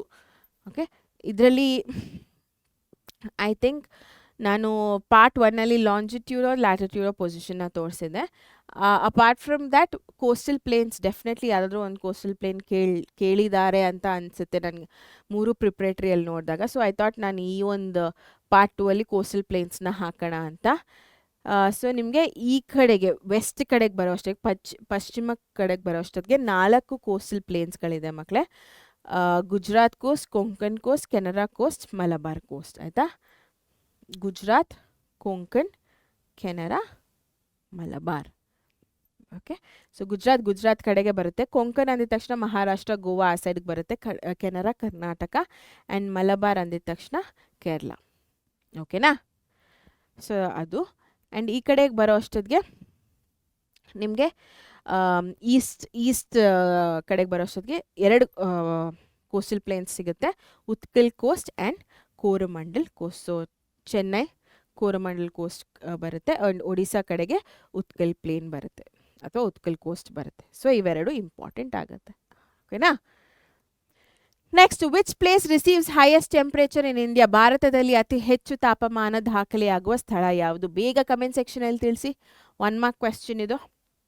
ಯಾವ ಜಾಗ? ಬೇಗ ಬೇಗ ಬೇಗ ತಿಳಿಸಿದ್ರಾ? ನೋಡೋಣ ನಿಮ್ಮ ಆನ್ಸರ್ ಕರೆಕ್ಟಾ ಇಲ್ವಾ ಅಂತ. ಯಾರೆಲ್ಲ ರಾಜಸ್ಥಾನ್ ಗಂಗಾನಗರ್ ಅಂತ ಹೇಳಿದ್ರು, that's a right answer. Very good. So 52 degree Celsius ಅಷ್ಟು ನಾವು ನೋಡ್ಬೋದು. That is the highest temperature. Okay, ಇವಾಗಿನ ಜಾಸ್ತಿ ಆಗಿರ್ಬೋದೇನೋ. Okay, so what are the ways of preventing soil erosion? ಮಣ್ಣಿನ ಸವಕಳಿಯನ್ನು ತಡೆಗಟ್ಟುವ ವಿಧಾನಗಳು ಏನು ಅಂತ ಕೇಳ್ತಾ ಇದ್ದಾರೆ. ಸೊ ಇದೆಲ್ಲ ವಿಧಾನಗಳಾಗಿದೆ. ಒಂದು, ಕಾಂಟಪ್ಲೋಯಿಂಗ್, ಇಳಿಜಾರಿಕೆಗೆ ಅಡ್ಡಲಾಗಿ ಉಳಿಮೆ. ಓಕೆ, ಸೊ ಈ ಥರ ಸ್ಲ್ಯಾಂಟ್ ಆಗಿದೆ ಅಂತ ಅಂದರೆ ಇಲ್ಲಿ ನಾನು ಕೃಷಿ ಮಾಡುವಂಥದ್ದು. ಓಕೆನಾ, ಸೊ ಸ್ಲ್ಯಾಂಟ್ ಆಗಿದೆ, ಕೃಷಿ ಮಾಡಿದಾಗ ಸಾಯಿಲ್ ಈಸಿಯಾಗಿ ಈ ಥರ ಹೋಗ್ಬಿಡೋದಿಲ್ಲ, ಬಿಕಾಸ್ ನಾನು ಸ್ಟೆಪ್ಸ್ನ ಹಾಕ್ತಾ ಇದ್ದೀನಿ ಆ್ಯಂಡ್ ಅಲ್ಲಿ ವ್ಯವಸಾಯನ ಮಾಡ್ತಾ ಇದ್ದೀನಿ. ಸೊ ಮಣ್ಣು ಅಲ್ಲೇ ಉಳ್ಕೋತಾ ಇದೆ. ಅಕಸ್ಮಾತಾಗಿ ಜೋರಾಗಿ ಮಳೆ ಬಂದ್ರೂ ಒಂದು ಸ್ಟೆಪ್ಪಿಂದ ಇನ್ನೊಂದು ಸ್ಟೆಪ್ ಕೆಳಗಡೆ ಹೋಗ್ತಾ ಇದೆ, ಇನ್ನೊಂದು ಸ್ಟೆಪ್ಪಿಂದ ಇನ್ನೊಂದು ಸ್ಟೆಪ್ ಕೆಳಗಡೆ ಹೋಗ್ತಾ ಇದೆ, ಅಲ್ಲೇ ಇರುತ್ತೆ, ವಿನಃ ಕೊಚ್ಕೊಂಡು ಹೊಟ್ಟೋಗೋದಿಲ್ಲ. So that is one of the advantage. Yes ಮಕ್ಕಳೇ, construction of bunds. Constructions of bunds ಅಂದಿದ ತಕ್ಷಣ ಪೆನ್ನು. ಓಕೆ, ಸೊ ಇವಾಗ ಫ್ಲ್ಯಾಟ್ ಲ್ಯಾಂಡ್ ಇದೆ ಅಂತ ಅಂದ್ಕೊಳ್ಳಿ. ಜೋರಾಗಿ ಮಳೆ ಬಂತು ಅಂದಾಗ ಫುಲ್ಲು ಏನಂತಾರೆ ಸಾಯಿಲು ಹೊಟ್ಟೋಗ್ಬಿಡುತ್ತೆ, ಈ ಥರ ವಾಶ್ ಔಟ್ ಆಗಿಬಿಡುತ್ತೆ, ಕೊಚ್ಕೊಂಡು ಹೊಟ್ಟೋಗುತ್ತೆ. ಬಟ್ ಅದೇ ಬಂಡ್ಸ್ನ ನಾನು ಕಟ್ಟಿದಾಗ ಈ ಥರ ಆ ಕಡೆ ಈ ಕಡೆ ಎತ್ತರವಾಗಿ ಬಂಡ್ಸ್ನ ಕಟ್ಟಿದ್ದೀನಿ. ಇಲ್ಲಿ ಸ್ವಲ್ಪ ಜಾಗ ಇದೆಯಲ್ಲ, ಅಂದರೆ ಇದು ಸ್ವಲ್ಪ ಲೆವೆಲ್ ಲೋ ಇದೆ. ಆಯಿತಾ, ಸೊ ಇಲ್ಲಿ ನೀರು ಹೋಗುತ್ತೆ. ಸೊ ನನಗೆ ಇಷ್ಟು ಮಣ್ಣು ಉಳ್ಕೊಳ್ಳುತ್ತೆ. ಅರ್ಥ ಆಗ್ತಾ ಇದೆಯಾ? So that's the advantages of bunds. ಡಿಫಾರೆಸ್ಟೇಷನ್ನ ನಿಲ್ಲಿಸಬೇಕು. ಓಕೆ, ಅರಣ್ಯ ನಾಶವನ್ನು ತಡೆಗಟ್ಟಬೇಕು. Control of livestock grazing, ಜಾಸ್ತಿ ಹಸು ಆಗಿರ್ಬೋದು ಅಥವಾ ಶೀಪು, ಗೋಟು, ಮೇಕೆಗಳು, ಕುರಿಗಳು, ಇದನ್ನೆಲ್ಲ ನಾವು ಅರಣ್ಯಕ್ಕೆ ಕರ್ಕೊಂಡೋಗಿ ಮೇಸೋದನ್ನು ಸ್ವಲ್ಪ ಸ್ಟಾಪ್ ಮಾಡಬೇಕು, ಅಟ್ಲೀಸ್ಟ್ ಕಂಟ್ರೋಲ್ ಮಾಡಬೇಕು. ಓಕೆನಾ, ಅದಾದಮೇಲೆ ನೀರನ್ನು ಕರೆಕ್ಟಾಗಿ ಬಳಕೆ ಮಾಡಬೇಕು. ಆಯಿತಾ, ಜಾಸ್ತಿ ನೀರಾದ್ರೂ ಪ್ರಾಬ್ಲಮ್ಮೇ, ಕಮ್ಮಿ ನೀರಾದ್ರೂ ಪ್ರಾಬ್ಲಮ್ಮೇ. ಫುಲ್ ಬರಗಾಲ ಥರನೂ ಮಾಡಬಾರ್ದು, ಪ್ರವಾಹದ ಥರನೂ ಮಾಡಬಾರ್ದು. ಸೊ ಕರೆಕ್ಟಾಗಿ ನೀರನ್ನ ಉಪಯೋಗಿಸ್ಕೋಬೇಕು. ಚೆಕ್ ಡ್ಯಾಮ್ಗಳನ್ನು ನಿರ್ಮಾಣ ಮಾಡಬೇಕು. ಸೊ ಚೆಕ್ ಅಂದಿದ ತಕ್ಷಣ ಒಂದು ಸ್ಟಾಪ್ ಮಾಡೋವಂಥದ್ದು. ಆಯಿತಾ, ಸೊ ಜಾಸ್ತಿ ನೀರು ಫೋರ್ಸ್ ಬರೋದಾಗಿರ್ಬೋದು ಅಥವಾ ಅಲೆಗಳು ಜಾಸ್ತಿ ಆದಾಗೆಲ್ಲ ಆ ಡ್ಯಾಮಿಂದ ಏನಾಗುತ್ತಪ್ಪ ಅಂತಂದರೆ ಅದು ಸ್ಟಾಪ್ ಆಗುತ್ತೆ, ಕಡಿಮೆ ಆಗುತ್ತೆ. ಸೊ ಟಕ್ ಅಂತ ನೀರು ರಶ್ ಆಗೋದಿಲ್ಲ, ಆಯಿತಾ. ಸೊ ಇದೆಲ್ಲ ಕೆಲವೊಂದು ಪ್ರಿವೆಂಟಿವ್ ಮೆಷರ್ಸ್ ಸಾಯಿಲ್ ಎರೋಷನ್ಗೆ. Next, explain the importance of forest. ಅರಣ್ಯಗಳ ಮಹತ್ವವನ್ನು ವಿವರಿಸಿ. ತುಂಬ ಈಸಿ, ಏನು ಎಕ್ಸ್ಪ್ಲೇನೇಷನ್ ಮಾಡೋ ಅಂಥದ್ದೇ ಇಲ್ಲ. ತಲೆಗೆ ಏನು ನಿಮಗೆ ಕಾಡಿಂದ ಏನೇನು ಉಪಯೋಗ ಆಗ್ತಾಯಿದೆ ಅಂತ ತಲೆಯಲ್ಲಿ ಈ ಥರ ಬರಬೇಕು, ನೀವು ಹಾಗೆ ಆನ್ಸರ್ನ ಬರಿತಾ ಹೋಗಬೇಕು. ಆ ಥರ ಇದೆ ಈ ಕ್ವೆಶ್ಚನ್ನು. ಸೊ ಶುದ್ಧ ಗಾಳಿ ಕೊಡುತ್ತೆ, ಆಹಾರ ಕೊಡುತ್ತೆ, ಮೇವನ್ನು ಕೂಡ ಕೊಡುತ್ತೆ ಪ್ರಾಣಿಗಳಿಗೆ, ಫಾಡರ್. ಅದಾದಮೇಲೆ ಒಳ್ಳೆಯ ರೀತಿಯಾದಂಥ ಒಂದು ಮಳೆ ಬರುತ್ತೆ. ಸಾಯಿಲ್ ಎರೋಷನ್, ಮಣ್ಣಿನ ಸವೆತವನ್ನು ನಿಯಂತ್ರಣ ಮಾಡುತ್ತೆ. ಸುಮಾರು ಪ್ರಾಣಿಗಳಿಗೆ, ಪಕ್ಷಿಗಳಿಗೆ ಆಶ್ರಯ ಆಗಿದೆ. ಅದಾದಮೇಲೆ ಔಷಧಿ ಮರಗಳನ್ನ ನಾವು ಜಾಸ್ತಿ ನೋಡ್ತೀವಿ. ಫಾರೆಸ್ಟ್ಗೆ ಸುಮಾರು ಜನ ಟೂರಿಸ್ಟ್ ಬರ್ತಾರೆ, ಆಯಿತಾ. ಸೊ ಟೂರಿಸ್ಟ್ ಅಟ್ರಾಕ್ಷನ್ ಆಗಿದೆ. ಪ್ಲಸ್ ಇದರಿಂದ ಭಾರತದ ಆರ್ಥಿಕತೆಯೂ ಜಾಸ್ತಿ ಆಗುತ್ತೆ. ಎಕನಾಮಿಕಲಿ ಕೂಡ it is helping and it provides employment opportunities. So forest department ಅಂದಿದ ತಕ್ಷಣ ಎಷ್ಟು ಪೋಸ್ಟ್ಗಳಿದೆ, ಎಷ್ಟು ಉದ್ಯೋಗಗಳು ಅಲ್ಲಿ ಜನ್ರೇಟ್ ಆಗ್ತಾ ಇದೆ ಅಲ್ವಾ. ಅದಾದಮೇಲೆ ಎಕಲಾಜಿಕಲ್ ಬ್ಯಾಲೆನ್ಸ್ನ ಕಂಟ್ರೋಲ್ ಮಾಡುತ್ತೆ. ಸೊ ಇದು importance of forest. Next, rain water harvesting is compulsory today. Why? ಇಂದು ಮಳೆ ನೀರಿನ ಕೊಯ್ಲು ಕಡ್ಡಾಯವಾಗಿದೆ. ಯಾಕೆ? Very very very important. So ನಾವು ಯಾರ ಮೇಲೂ ಡಿಪೆಂಡ್ ಆಗ್ದಿರಾ ಮಳೆ ನೀರಿನ ಮೇಲೆ ಮಾತ್ರ ಡಿಪೆಂಡ್ ಆಗಿ ಬದುಕ್ಬೋದು. ಅದು ಹೇಗಪ್ಪ ಅಂತಂದರೆ ರೈನ್ ವಾಟರ್ ಹಾರ್ವೆಸ್ಟಿಂಗಿಂದ. ಸೊ ಕರೆಕ್ಟಾಗಿ ಅದನ್ನು ಯುಟಿಲೈಸ್ ಮಾಡಿಕೊಂಡ್ರೆ ಡೆಫಿನೆಟ್ಲಿ ನಾವು ಕಾರ್ಪೊರೇಷನ್ ನೀರು ಕಾಯುವಂಥದ್ದು ಅಥವಾ ಟ್ಯಾಂಕರ್ನಿಂದ ನೀರನ್ನ ಕರೆಸ್ಕೊಂಡು ಹಾಕ್ಸ್ಕೊಳ್ಳೋ ಅಂಥದ್ದು ಇದೆಲ್ಲ ಅವಶ್ಯಕತೆ ಇರೋದಿಲ್ಲ. Although India has vast water resource, it is most unevenly distributed. So basically ಅಸಮಾನತೆ ಇದೆ, ಈವನಿಟಿ ಇಲ್ಲ ಬೇಸಿಕಲಿ. ಓಕೆನಾ. ಇವಾಗ ಬೆಂಗಳೂರಲ್ಲಿ ಎಷ್ಟು ಮಳೆ ಆಗುತ್ತೋ ಬಿಹಾರಲ್ಲೂ ಅಷ್ಟೇ ಮಳೆ ಆಗಬೇಕು ಅಂತ ಏನಿಲ್ಲ, ಗುಜರಾತಲ್ಲೂ ಅಷ್ಟೇ ಮಳೆ ಆಗಬೇಕು ಅಂತ ಏನಿಲ್ಲ. ಸೊ ಎಲ್ಲ ಕ್ಲೈಮೇಟ್ ಬೇರೆ ಬೇರೆ ಇದೆ. ಸೊ ಮಳೆನೂ ಬೇರೆ ಬೇರೆ ರೀತಿಯಲ್ಲಿ ಆಗುತ್ತೆ, ಆಯಿತಾ. ಸೊ ಮಳೆ ಭಾರತ 3 sides ವಾಟರಿಂದ ಕವರ್ ಆಗಿದೆ. ಸೊ ನೀರಿನ ಒಂದು ಸುಮಾರು ನದಿಗಳಿದೆ ಹರಿಯೋ ಅಂಥದ್ದು, ಓಕೆನಾ. ಸೊ ನೀರಿನ ಒಂದು ರಿಸೋರ್ಸ್ ಅಂತ ನಾವೇನು ಹೇಳ್ತೀವಿ, ಸಂಪನ್ಮೂಲ ಜಾಸ್ತಿನೇ ಇದೆ, ಬಟ್ ಎಲ್ಲ ಕಡೆ ಒಂದೇ ರೀತಿಯಲ್ಲಿ ಇಲ್ಲ ಅಂತ ಹೇಳುವಂಥದ್ದು, ಆಯಿತಾ. ಸೊ ಹಾಗಾಗಿ ಪ್ರಾಬ್ಲಮ್ ಸ್ವಲ್ಪ ಅಲ್ಲಿ ಇಲ್ಲಿ ನಾವು ನೋಡ್ಬೋದು ನೀರಿನ ಸಮಸ್ಯೆಯನ್ನು. So using water collected from rooftops reducing the dependency on the public water supply. So ಮೇಲ್ಛಾವಣಿಯಿಂದನೇ ನಮಗೆ ಬೇಕಾಗಿರುವಂಥ ಒಂದು ನೀರು ನಮಗೆ ಸಿಗುತ್ತೆ. ಸೊ ಪಬ್ಲಿಕ್ ವಾಟರು, ಗೌರ್ಮೆಂಟ್ ಕಡೆಯಿಂದ ಬರುವಂತಹ ನೀರು, ಇದೆಲ್ಲ ನಮಗೇನು ಅವಶ್ಯಕತೆ ಇರೋದಿಲ್ಲ, ಕಾಯೋ ಅಂಥ ಅವಶ್ಯಕತೆ ಇರೋದಿಲ್ಲ. ನಮಗೆ ಎಮರ್ಜೆನ್ಸಿ ಅಂದಾಗ ನಮ್ಮ ಮೇಲ್ಛಾವಣಿಯಿಂದನೇ ಸಂಗ್ರಹಣೆ ಮಾಡಿರುವಂಥ ನೀರು ಸಾಕು ಅಂತ ಹೇಳುವಂಥದ್ದು, ಆಯಿತಾ. By protecting and managing properly the water problem in the country can be reduced. ಅದೇ ನಾನು ಹೇಳಿದ್ದು, ನಾವು ಕರೆಕ್ಟಾಗಿ ಉಪಯೋಗಿಸ್ಕೋತಾ ಇದ್ದೀವಿ, ಕರೆಕ್ಟಾಗಿ ಯುಟಿಲೈಸ್ ಮಾಡ್ಕೋತಾ ಇದ್ದೀವಿ ಅಂತಂದರೆ ನೀರಿನ ಒಂದು ಸಮಸ್ಯೆ ಏನಿದೆ ಅದನ್ನು ನಾವು ಕಡಿಮೆ ಮಾಡಬಹುದು. So rainfall is confined to the rainy season, ಹೌದಾ ಅಲ್ವಾ. ಸೊ ನಮ್ಗೆ ಮಳೆ ಆಗೋದು ಜಾಸ್ತಿ ಮಳೆಗಾಲದಲ್ಲೇ, ಆಯಿತಾ. So even in areas of heavy rainfall water shortage is seen during summers. ಜಾಸ್ತಿ ಮಳೆ ಆಗುವಂಥ ಜಾಗಗಳಲ್ಲೂ ನೀರಿಲ್ಲಪ್ಪ ಅಂತ ಹೇಳ್ತೀವಿ ನಾವು. ಕೆಲವೊಂದು ಸಿಚುವೇಶನ್ಸ್ ಬಂದಿದೆ, ಯಾವಾಗ ಸೆಕೆ ಕಾಲದಲ್ಲಿ. ಸೊ ಅಂಥ ಒಂದು ಸಿಚುವೇಶನ್ ಅವಾಯ್ಡ್ ಮಾಡಬೇಕು ಅಂತಂದರೆ rain water harvesting is a best solution. So hence only solution to drought conditions prevailing in India is rain water harvesting. Okay, ಮಳೆ ನೀರಿನ ಕೊಯ್ಲು ಇಸ್ ದ ಓನ್ಲಿ ಆಪ್ಷನ್, ಆಯಿತಾ. Next, which are the factors that decide the cropping pattern. ಬೆಳೆ ಮಾದರಿಯನ್ನು ನಿರ್ಧರಿಸುವ ಅಂಶಗಳು ಯಾವುವು ಅಂತ ಕೇಳ್ತಾ ಇದ್ದಾರೆ. ಎಸ್ ಮಕ್ಕಳೇ, the crop of any one region influence by natural, economic, social factors and farmers attitude of that area. ನೈಸರ್ಗಿಕ, ಆರ್ಥಿಕ, ಸಾಮಾಜಿಕ ಅಂಶಗಳು ಮತ್ತು ಆ ಪ್ರದೇಶದ ರೈತರ ಮನೋಭಾವದಿಂದ ಪ್ರಭಾವಿತವಾಗಿರುವ ಯಾವುದೇ ಪ್ರದೇಶದ ಬೆಳೆ. ಬೇಸಿಕಲಿ ಈ ಒಂದು ಕ್ರಾಪಿಂಗ್ ಪ್ಯಾಟರ್ನ್ ಇದೆ, ಬೆಳೆ ಮಾದರಿ ನಿರ್ಧರಿಸುವ ಅಂಶಗಳು 4 ಇದೆ, ಆಯಿತಾ. ನ್ಯಾಚುರಲ್ ಅಂದಿದ ತಕ್ಷಣ ನೋಡಿ ಇಲ್ಲಿ land forms, climate, soil, water availability ಇದೆಲ್ಲ ಬರುತ್ತೆ, ಓಕೆನಾ. ಭೂರೂಪಗಳು ಹೇಗಿದೆ, ಹವಾಮಾನ ಹೇಗಿದೆ, ಎಷ್ಟು ಮಳೆ ಆಗುತ್ತೆ, ಎಷ್ಟು ಟೆಂಪ್ರೇಚರ್ ಇದೆ, ಯಾವ ರೀತಿಯಾದಂಥ ಒಂದು ಮಣ್ಣಿದೆ, ನೀರು ಎಷ್ಟಿದೆ, ಇದೆಲ್ಲ ನ್ಯಾಚುರಲ್ ಫ್ಯಾಕ್ಟರ್ಸ್ ಕೆಳಗಡೆ ಬರುತ್ತೆ.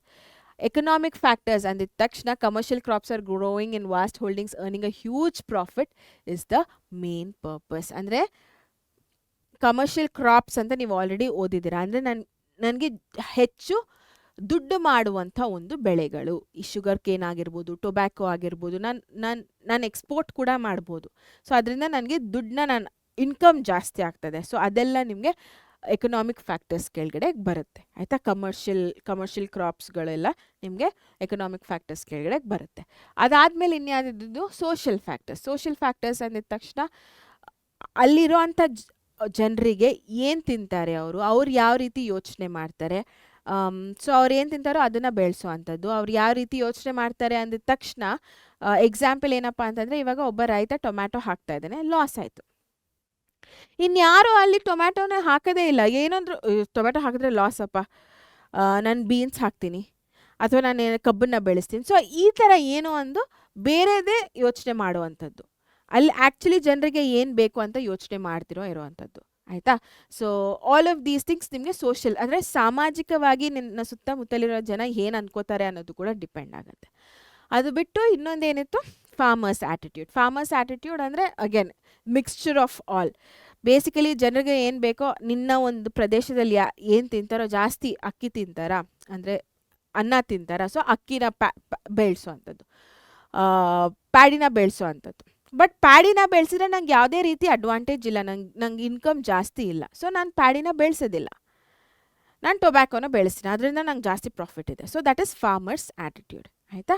ಅದು ಬಿಟ್ಟು ಬೇರೆ ಇತರ ಅಂಶಗಳು ಕೂಡ ಇದೆ. In addition water availability, transport, ಸಾರಿಗೆ ಫೆಸಿಲಿಟೀಸ್ ಇದೆಯಾ ಇಲ್ವಾ, ಮಾರ್ಕೆಟ್ ಹೈಬ್ರಿಡ್ ಸೀಡ್ಸ್ಗಳು ಉಪಯೋಗಿಸ್ಕೊಳ್ಳೋ ಅಂಥದ್ದು, ಕೆಮಿಕಲ್ ಫರ್ಟಿಲೈಸರ್ಸ್ನ ಯೂಸ್ ಮಾಡೋವಂಥದ್ದು, ಲ್ಯಾಂಡ್ ಡೆವಲಪ್ಮೆಂಟು ಎಕ್ಸೆಟ್ರಾ. ಇದೆಲ್ಲನೂ ಬೆಳೆ ಮಾದರಿಗಳ ಮೇಲೆ ಪ್ರಭಾವ ಬೀರುತ್ತೆ, ಕ್ರಾಪಿಂಗ್ ಪ್ಯಾಟರ್ನ್ಸ್ ಮೇಲೆ ಪ್ರಭಾವ ಬೀರುತ್ತೆ. ಓಕೆನಾ. Next, gold ore in Karnataka. So geography ಅಂದ ತಕ್ಷಣ ಮ್ಯಾಪ್ ಇರಲೇಬೇಕು. ಸೊ ಕೋಲಾರ, ರಾಯಚೂರು, ಹಟ್ಟಿ, ಇದರಲ್ಲೂ ಕೂಡ ಫಸ್ಟ್, ಸೆಕೆಂಡ್, ಥರ್ಡ್ ಹಟ್ಟಿ ಏನಿದೆ, ಈ ಪಾಯಿಂಟರು ತುಂಬ ತುಂಬ ಇಂಪಾರ್ಟೆಂಟ್ ಆಗುತ್ತೆ. ಓಕೆನಾ. ಸೊ ಕರ್ನಾಟಕದಲ್ಲೇ ಬರುವಂಥದ್ದು, ಸ್ವಲ್ಪ ಮೇಲೆ, ಆಯಿತಾ, ಮೇಲೆ ಹಟ್ಟಿ ಇದೆ, ಕರ್ನಾಟಕದ ಮೇಲೆ. Okay. Next, how is remote sensing technology helpful during natural calamities? Very very important. ದೂರ ಸಂವೇದಿ ತಂತ್ರಜ್ಞಾನ ಹೇಗೆ ಹೆಲ್ಪ್ ಆಗುತ್ತೆ ಒಂದು ನೈಸರ್ಗಿಕ ವಿಕೋಪ ಆದಾಗ ಅಂತ ಕೇಳ್ತಾ ಇದ್ದಾರೆ. ಸೊ ನಮಗೆ ಫಸ್ಟ್ ಆಫ್ ಆಲ್ ಪಿಕ್ಚರ್ಸ್ನ ತೆಗೆದು ಕಳಿಸುತ್ತೆ. ದೂರ ರಿಮೋಟ್ ಸೆನ್ಸಿಂಗ್ ಅಥವಾ ದೂರ ಸಂವೇದಿ ಅಂದ ತಕ್ಷಣ ನಾವು ಅಲ್ಲಿ ಹೋಗಿ ಮುಟ್ಟೋ ಅವಶ್ಯಕತೆ ಇಲ್ಲ, ಅಲ್ಲಿ ಹೋಗಿ ನಿಂತ್ಕೊಳ್ಳೋ ಅವಶ್ಯಕತೆ ಇಲ್ಲ. ನಾನು ಇಲ್ಲಿ ಕೂತ್ಕೊಂಡಲ್ಲೇ ದೂರದಲ್ಲಿ ಏನಾಗ್ತಾ ಇದೆ ಅನ್ನೋದು ನನಗೆ ಟಚ್ ಮಾಡ್ದಿರಾನೆ ನನಗೆಲ್ಲ ಇನ್ಫಾರ್ಮೇಷನ್ನು ಕೊಡ್ತಾ ಹೋಗುತ್ತೆ. So that is remote sensing ಅಥವಾ ದೂರ ಸಂವೇದಿ ತಂತ್ರಜ್ಞಾನ. ನೋಡಿ, ಪಿಕ್ಚರ್ಸ್ನ ಕೊಡುತ್ತೆ ನ್ಯಾಚುರಲ್ ಕೆಲಾಮಿಟೀಸ್ ಆದಾಗ. ಅದಾದಮೇಲೆ ಇನ್ಫಾರ್ಮೇಷನ್ನ ಕೊಡುತ್ತೆ, ಭೌತಿಕವಾಗಿ ವಸ್ತುಗಳನ್ನು ಸ್ಪರ್ಶಿಸದೆ ದೂರದ ಬಗ್ಗೆ ಮಾಹಿತಿಯನ್ನು ಸಂಗ್ರಹಿಸುವಂಥದ್ದು. ಓಕೆನಾ. ಸೊ ಇಲ್ಲಿ ನಾನು ಎಲ್ಲೂ physically I am not touching the objects. Aerial and satellites ಫೋಟೋಸ್ನ ಕೊಡುತ್ತೆ, ವೈಮಾನಿಕ ಮತ್ತು ಉಪಗ್ರಹ ಸ್ಯಾಟಲೈಟ್ಸ್ ಫೋಟೋಗಳನ್ನ ಕೊಡುತ್ತೆ. Land patterns and agriculture, so ಭೂ ಮಾದರಿಗಳು, ಸೊ ದೂರದಲ್ಲಿ ಎಲ್ಲೋ ಇರುವಂಥ ಭೂಮಿ ಪ್ಯಾಟರ್ನ್ ಹೇಗಿದೆ ಅಂತ ಹೇಳುತ್ತೆ. ಆ್ಯಂಡ್ ಕೃಷಿನ ಮಾಡ್ಬೋದಾ ಇಲ್ವಾ ಅನ್ನೋ ಒಂದು ಇನ್ಫಾರ್ಮೇಷನ್ನ ಕೂಡ ಕೊಡುತ್ತೆ. ಎಕ್ಸ್ಟ್ರೀಮ್ ಕ್ಲೈಮ್ಯಾಟಿಕ್ ಕಂಡೀಷನ್ಸ್ನ ಓದ್ಬೋದು ದೂರ ಸಂವೇದಿಯಿಂದ. ಆ್ಯಂಡ್ ಆಲ್ಸೋ ಏನಾದರೂ ಡಿಸಾಸ್ಟರ್ಸ್, ಏನಾದರೂ ವಿಕೋಪಗಳಾಗ್ತಾ ಇದೆಯಾ ಅನ್ನೋ ಮಾಹಿತಿ ಕೂಡ ಸಿಗುತ್ತೆ. ಇನ್ಫಾರ್ಮೇಷನ್ ಆಫ್ ಅ ಪೀರಿಯಡ್, ಒಂದು ಅವಧಿಯ ಮಾಹಿತಿಯನ್ನು, ಒಂದು ಎಂಟೈರ್ ಪೀರಿಯಡ್ಡು ಇನ್ಫಾರ್ಮೇಷನ್ ಕೊಟ್ಬಿಡುತ್ತೆ ತಕ್ಕಂತ. ಅದಾದಮೇಲೆ ತುಂಬ ವೇಗವಾಗಿ ಕೆಲಸ ಮಾಡುತ್ತೆ. At the same time it is low cost, ಆಯಿತಾ, ಕಡಿಮೆ ವೆಚ್ಚದ ವ್ಯವಸ್ಥೆ ಮತ್ತು ವಿಶ್ಲೇಷಿಸಲು ಸುಲಭ, easy to analyse. Okay. So ಇಷ್ಟೆಲ್ಲ ಅಡ್ವಾಂಟೇಜಸ್ ರಿಮೋಟ್ ಸೆನ್ಸಿಂಗ್ ಟೆಕ್ನಾಲಜಿಯಿಂದ ಇದೆ. Next, which are the factors helpful for localisation of industries? So ಕೈಗಾರಿಕೆಗಳ ಸ್ಥಳೀಕರಣಕ್ಕೆ ಸಹಾಯವಾಗುವ ಅಂಶಗಳು ಯಾವುವು? ಅಂದರೆ ನನಗೆ ಈ ಒಂದು ಫ್ಯಾಕ್ಟರ್ಸ್ ಇರಲೇಬೇಕು, ಆಗಲೇ ನಾನು ಒಂದು ಇಂಡಸ್ಟ್ರಿನ ಆ ಒಂದು ಜಾಗದಲ್ಲಿ ಕಟ್ಟಕ್ಕಾಗೋದು ಅಂತ ಹೇಳುವಂಥದ್ದು. ಸೊ ರಾ ಮೆಟೀರಿಯಲ್ಸ್ ಇರಬೇಕು ಫಸ್ಟ್ ಆಫ್ ಆಲ್. ಸೊ ನಾನು ಎಲ್ಲಿ ಇಂಡಸ್ಟ್ರಿನ ಕಟ್ತಾ ಇದ್ದೀನೋ ಅಲ್ಲಿ ನನಗೆ ಹತ್ತಿರದಲ್ಲೇ ರಾ ಮೆಟೀರಿಯಲ್ ಸಿಗಬೇಕು. ಇವಾಗ ನಾನೊಂದು noodles industry, wheat noodles industry ತೆಗಿತಾ ಇದ್ದೀನಿ ಅಂತ ಅಂದ್ಕೊಳ್ಳಿ, ಸ್ಟಾರ್ಟ್ ಮಾಡ್ತಾ ಇದ್ದೀನಿ ಅಂತಂದರೆ ನನಗೆ ವೀಟ್ ಬೆಳೆಸೋರು ಪಕ್ಕದಲ್ಲೇ ಇರಬೇಕು. ಎಲ್ಲಿಂದಾನೋ ನಾನು ಗೋಧಿಗಳನ್ನ ತೊಗೊಬರೋ ಅಂಥ ಸಿಚುವೇಶನ್ ಇರಬಾರ್ದು, ಆಯಿತಾ. ಸೊ ಇಂಧನ ಸಂಪನ್ಮೂಲಗಳಿರಬೇಕು, energy resources, so current, very very important ಆಗುತ್ತೆ. ಹತ್ತಿರದಲ್ಲೇ ಈ ಕಡೆ ರಾ ಮೆಟೀರಿಯಲ್ಸ್ ಬರ್ತಾ ಇರಬೇಕು, ಹತ್ತಿರದಲ್ಲೇ ಮಾರುಕಟ್ಟೆನೂ ಇರಬೇಕು ಆಯಿತಾ.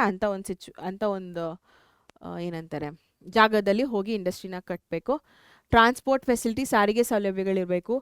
ಲೇಬರ್ ವೆರಿ ವೆರಿ ಇಂಪಾರ್ಟೆಂಟ್ ಆಯಿತಾ. ಸೊ ಲೇಬರ್ ಇರಬೇಕು, ಕಾರ್ಮಿಕರು ಇರಬೇಕು ಕೆಲಸ ಮಾಡೋದಕ್ಕೆ. ಇಂಡಸ್ಟ್ರಿನ ಸ್ಟಾರ್ಟ್ ಮಾಡಿಬಿಟ್ಟು ಯಾರು ಕೆಲಸ ಮಾಡೋಕ್ಕಿಲ್ಲ ಅಂದರೆ ಆಗೋದಿಲ್ಲ. ಅಕಸ್ಮಾತಾಗಿ ಎಕ್ಸ್ಪೋರ್ಟ್ ಏನಾದರೂ ಮಾಡ್ತಾ ಇದ್ದೀವಿ ಅಂತಂದರೆ ಬಂದರುಗಳ ಫೆಸಿಲಿಟೀಸ್ಗಳಿರಬೇಕು. Land availability at low cost. So ನಾನು ಭೂಮಿ ತೊಗೊತಾ ಇರಬೇಕಾದ್ರೆ ಆ ಒಂದು ಭೂಮಿನೇ ಒಂದು ಸ್ವಲ್ಪ ತಕ್ಕಮಟ್ಟಕ್ಕೆ ತೊಗೊಳ್ಳೋ ರೀತಿಯಲ್ಲಿ ಇರಬೇಕು. ಅದೇ ಒಂದಷ್ಟು ಕೋಟಿ ಆಗಿಬಿಟ್ರೆ ಪ್ರಾಬ್ಲಮ್ ಆಗುತ್ತೆ. ಒಳ್ಳೆ ರೀತಿಯಾದಂಥ ಒಂದು ತಂತ್ರಜ್ಞಾನ ಆ್ಯಂಡ್ ಇರುವಂಥ ಗೌರ್ಮೆಂಟ್ ನೀತಿಗಳೆಲ್ಲ ಕರೆಕ್ಟಾಗಿ ಉಪಯೋಗಿಸ್ಕೊಳ್ಳೋ ಅಂಥದ್ದು ಆಯಿತಾ. Next common effects.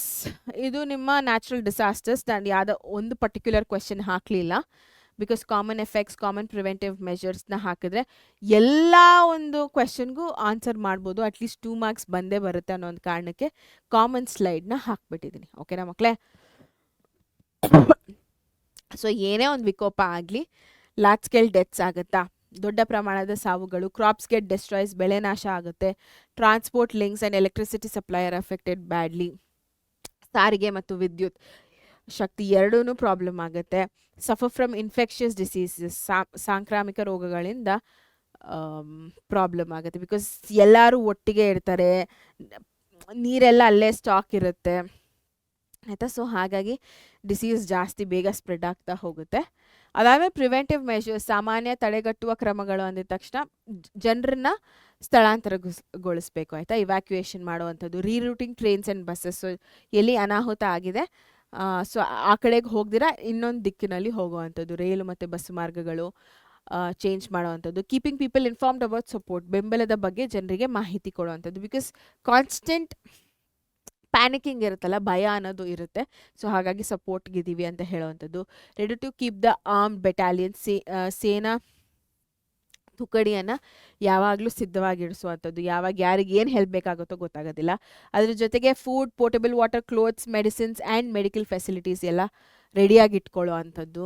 Ready to keep generator ಆಗಿರ್ಬೋದು, ದೋಣಿಗಳು, ಹೆಲಿಕಾಪ್ಟರ್ಸ್ಗಳು ಮತ್ತು ಏನೇನು ಬೇಕೋ ಎಲ್ಲ ಸಾರಿಗೆ ಸೌಲಭ್ಯಗಳನ್ನ ರೆಡಿಯಾಗಿ ಇಟ್ಕೊಳ್ಳೋ ಅಂಥದ್ದು. ಇದೆಲ್ಲ ಅವಾಯ್ಡ್ ಮಾಡಬೇಕು ಅಂತಂದರೆ ಬೇಸಿಕಲಿ ಅಫಾರೆಸ್ಟೇಷನ್, ಓಕೆನಾ, ಅರಣ್ಯೀಕರಣವನ್ನು ಮಾಡುವಂಥದ್ದು. ರೈಟ್? ಎಸ್. ನೆಕ್ಸ್ಟ್ ನಾವು ಅರ್ಥಶಾಸ್ತ್ರ ಕಡೆಗೆ ಬಂದಿದ್ದೀವಿ. ಅರ್ಥಶಾಸ್ತ್ರ ಆದಮೇಲೆ ಇನ್ನು ಬಿಸ್ನೆಸ್ ಸ್ಟಡೀಸ್ ಒಂದಿದೆ, ಆಮೇಲೆ ಮುಗೀತು. What are the objectives of 5-year plan? Mention the objectives of economic development. ಎಲ್ಲದಕ್ಕೂ ಒಂದೇ ಆನ್ಸರ್. ಪಂಚವಾರ್ಷಿಕ ಯೋಜನೆಗಳ ಉದ್ದೇಶ, ಆಬ್ಜೆಕ್ಟಿವ್, ಅಥವಾ ಆರ್ಥಿಕ ಅಭಿವೃದ್ಧಿಯ ಉದ್ದೇಶ. ಓಕೆ, ಸೊ ನೀವಿಲ್ಲಿ ನೋಡ್ಬೋದು, increasing production to the maximum extent, ಉತ್ಪಾದನೆಯ ಗರಿಷ್ಠ ಪ್ರಮಾಣದಲ್ಲಿ ಹೆಚ್ಚಿಸುವಂಥದ್ದು. ಮ್ಯಾಕ್ಸಿಮಮ್. ನಾನು 1 ಕ್ವಿಂಟಾಲ್ ಪ್ರೊಡ್ಯೂಸ್ ಮಾಡ್ತಾ ಇದ್ದೀನಿ ಅಂತಂದರೆ 50 ಕ್ವಿಂಟಾಲ್ ಪ್ರೊಡ್ಯೂಸ್ ಮಾಡಬೇಕು, ಆ ಥರ ಆಯಿತಾ. ಮ್ಯಾಕ್ಸಿಮಮ್ ಎಷ್ಟಾಗುತ್ತೋ ಅಷ್ಟು. ಉದ್ಯೋಗಾವಕಾಶಗಳನ್ನು ಜಾಸ್ತಿ ಮಾಡುವಂಥದ್ದು. ಎಕನಾಮಿಕ್ ಡಿಸ್ಪ್ಯಾರಿಟೀಸ್ ಏನಿದೆ, okay, rich is getting richer, poor is getting poorer. So ಆ ಒಂದು ಡಿಸ್ಪ್ಯಾರಿಟಿ, ಅಸಮಾನತೆ ಏನಿದೆ ಅದನ್ನು ಕಡಿಮೆ ಮಾಡುವಂಥದ್ದು. ಎನ್ಶ್ಯೂರಿಂಗ್ ಎಕನಾಮಿಕ್ ಸ್ಟೆಬಿಲಿಟಿ, ಆರ್ಥಿಕ ಸ್ಥಿರತೆಯನ್ನು ಮೇಂಟೈನ್ ಮಾಡುವಂಥದ್ದು ಆಯಿತಾ. ಸೊ ಎಕನಾಮಿಕ್ ಸ್ಟೆಬಿಲಿಟಿ ಅಂದಿದ ತಕ್ಷಣ ಇದು ಮಕ್ಕಳ, ಯಾವಾಗಲೂ ನನ್ನ ಒಂದು ಎಕನಾಮಿಕ್ ಸ್ಟೆಬಿಲಿಟಿ ಈ ಥರ, ನಾನು ಇವತ್ತು 5 ರೂಪಾಯಿ ಸಂಪಾದನೆ ಮಾಡಿದರೆ ನಾಳೆ 10 ರೂಪಾಯಿ ಮಾಡಬೇಕು, ನಾಳಿದ್ದು 50 ರೂಪಾಯಿ ಮಾಡಬೇಕು.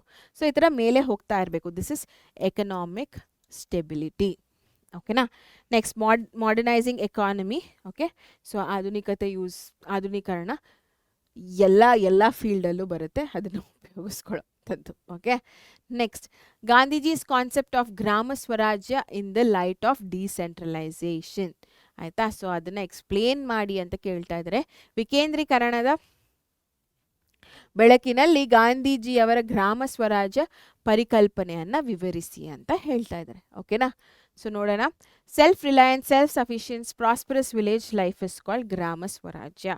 ಸ್ವಾವಲಂಬಿ, ಸ್ವಯಂಪೂರ್ಣ ಹಾಗೂ ಸಮೃದ್ಧ ಗ್ರಾಮಗಳನ್ನು ಗಾಂಧೀಜಿಯವರು ಗ್ರಾಮ ಸ್ವರಾಜ್ಯ ಅಂತ ಕರೀತಾರೆ. ಅಂದರೆ ಯಾರ ಮೇಲೂ ಡಿಪೆಂಡ್ ಆಗಿರಬಾರ್ದು. ಅಂದರೆ ನಾನು ಸಿಟಿ ಕಡೆಗೆ ಹೋಗಬೇಕು, ಇದು ಬೇಕು ಅಂತಂದರೆ ಅಂತ ಅನ್ಕೋಬಾರ್ದು. ಎಷ್ಟು ಬೇಕೋ ಅಷ್ಟು. ಅದೇ ನಾನು ಬೇರೆ ಕಡೆಗೆ ಹೋಗಬೇಕು, ನಾನು ಬೇರೆ ಕಡೆಗೆ ಹೋದ್ರೇ ನಂಗೆ ಉದ್ಯೋಗ ಸಿಗೋದು, ಬೇರೆ ಕಡೆ ಹೋದ್ರೇ ನಂಗೆ ಈ ಪ್ರಾಡಕ್ಟ್ ಸಿಗೋದು. ಸೊ ಈ ಥರ ಒಂದು ಸಿಚುವೇಶನ್ ಇರಬಾರ್ದು. ಎಲ್ಲ ನನ್ನ ಊರಲ್ಲೇ ನನಗೆ ಸಿಗ್ತಾ ಇದೆ ಅಂತಂದರೆ then that will become a gram swaraj according to Gandhiji. ಓಕೆನಾ. Administrative powers to the villages. ಗ್ರಾಮದ ಜನರಿಗೆ ಆಡಳಿತ ಅಧಿಕಾರ ಕೊಡಲೇಬೇಕು. ಬಿಕಾಸ್ ಊರೇ ಅವ್ರದ್ದು, ಅಲ್ಲಿರುವಂಥ ಸಮಸ್ಯೆಗಳು ಏನು ಅಂತ ಅವ್ರಿಗೆ ಮಾತ್ರ ಗೊತ್ತಿರುತ್ತೆ. ಸೊ ಅವ್ರಿಗೆ ಕೊಡಬೇಕು, ಆಯಿತಾ. So developing the village to villagers. So ಗ್ರಾಮದ ಅಭಿವೃದ್ಧಿಯನ್ನು ಜವಾಬ್ದಾರಿ ಏನಿದೆ ಅದು ಗ್ರಾಮಸ್ಥರಿಗೆ ಕೊಡುವಂಥದ್ದು. Decentralisation ends all kinds of exploitation. So ನನಗೇನಾದರೂ ಪ್ರಾಬ್ಲಮ್ ಆಗಿದೆ ನನ್ನ ಊರಲ್ಲಿ ಅಂತಂದರೆ ನಾನು ಸುಪ್ರೀಂ ಕೋರ್ಟ್ಗೆ ಹೋಗಬೇಕು, ಬೆಂಗಳೂರಲ್ಲಿರೋ ಹೈಕೋರ್ಟ್ಗೆ ಹೋಗಬೇಕು ಅಂತ ಏನಿಲ್ಲ. ಸೊ ನನ್ನ ಊರಲ್ಲೇ ನನಗೆ ಪರಿಹಾರ ಸಿಗುತ್ತೆ. ಸೊ ಇದು ಮಾಡಿದ್ದು ಯಾವುದು? ವಿಕೇಂದ್ರೀಕರಣ, ಡಿಸೆಂಟ್ರಲೈಸೇಷನ್, ಆಯಿತಾ. So upholds human independent and dignity. ಮಾನವ ಸ್ವಾತಂತ್ರ್ಯ ಮತ್ತು ಘನತೆ ಎರಡನ್ನ ಕೂಡ ಹೆಚ್ಚಿಗೆ ಮಾಡುತ್ತೆ. Nurtures human values like compassion and also cooperation. ಸಹಾನುಭೂತಿ, ಸಹಕಾರದಂತಹ ಮಾನವೀಯ ಮೌಲ್ಯಗಳನ್ನ ಕೂಡ ಈ ಒಂದು ಗ್ರಾಮ ಸ್ವರಾಜ್ಯ ಏನಿದೆ ಅದು ಘೋಷಿಸುತ್ತದೆ. Next, who present central budget in the Lok Sabha in February or March? ಹೇಳ್ಬೋದಾ? ಈ ವರ್ಷ ಆ್ಯಕ್ಚುಲಿ ಫೆಬ್ರವರಿ 1 ಆಯಿತು. ಸೊ ಫೆಬ್ರವರಿ ಅಥವಾ ಮಾರ್ಚ್ನಲ್ಲಿ ಲೋಕಸಭೆಯಲ್ಲಿ ಕೇಂದ್ರ ಆಯವ್ಯಯವನ್ನು ಯಾರು ಮಂಡಿಸುತ್ತಾರೆ? ಬೇಗ ಕಮೆಂಟ್ ಸೆಕ್ಷನಲ್ಲಿ ಕಮೆಂಟ್ ಮಾಡಿ ತಿಳಿಸಿ. Yes. So it is the finance minister presents the central budget in Lok Sabha in February or March. Finance minister ಅಂತಲೇ ಬರಿಬೇಕು, ಹೆಸರನ್ನ ಬರಿಬಾರ್ದು. ಬಿಕಾಸ್ ಯಾವಾಗ ಯಾರು ಇರ್ತಾರೆ ಅಂತ ನಮಗೆ ಗೊತ್ತಾಗೋದಿಲ್ಲ. ಸೊ ಹಾಗಾಗಿ ಏನಂತ ಬರಿಬೇಕು ನೀವು? ಹಣಕಾಸು ಸಚಿವರು ಅಂತಲೇ ಬರಿಬೇಕು. ಓಕೆನಾ. ಸೊ ಈಗ ಬಿಸ್ನೆಸ್ ಸ್ಟಡಿಗೆ ಬರ್ತೀವಿ. ವ್ಯವಹಾರ ಅಧ್ಯಯನ. Banks provide a lot of services to its consumers. Explain. ಓಕೆನಾ. ಸೊ ಸರ್ವಿಸಸ್ನ ಕೇಳ್ತಾ ಇದ್ದಾರೆ. ಸೇವೆಗಳು ಏನು ಪ್ರೊವೈಡ್ ಮಾಡುತ್ತೆ ಬ್ಯಾಂಕುಗಳು ಅಂತ ಕೇಳ್ತಾ ಇದೆ. So very easy. ಲೋನ್ಸ್ಗಳು ಯಾವ್ಯಾವ ರೀತಿ ಲೋನ್ಸ್ಗಳನ್ನ ಕೊಡ್ಬೋದು ಅದನ್ನು ಒಂದು ಪಾಯಿಂಟ್ಗೆ ಹಾಕ್ಕೊಂಬಿಡಿ. Personal loans, home and vehicle loans, mutual funds, business loans. ಇದೇ 4 ಪಾಯಿಂಟು 2 ಮಾರ್ಕ್ಸ್ ಬಂತು ನಿಮಗೆ.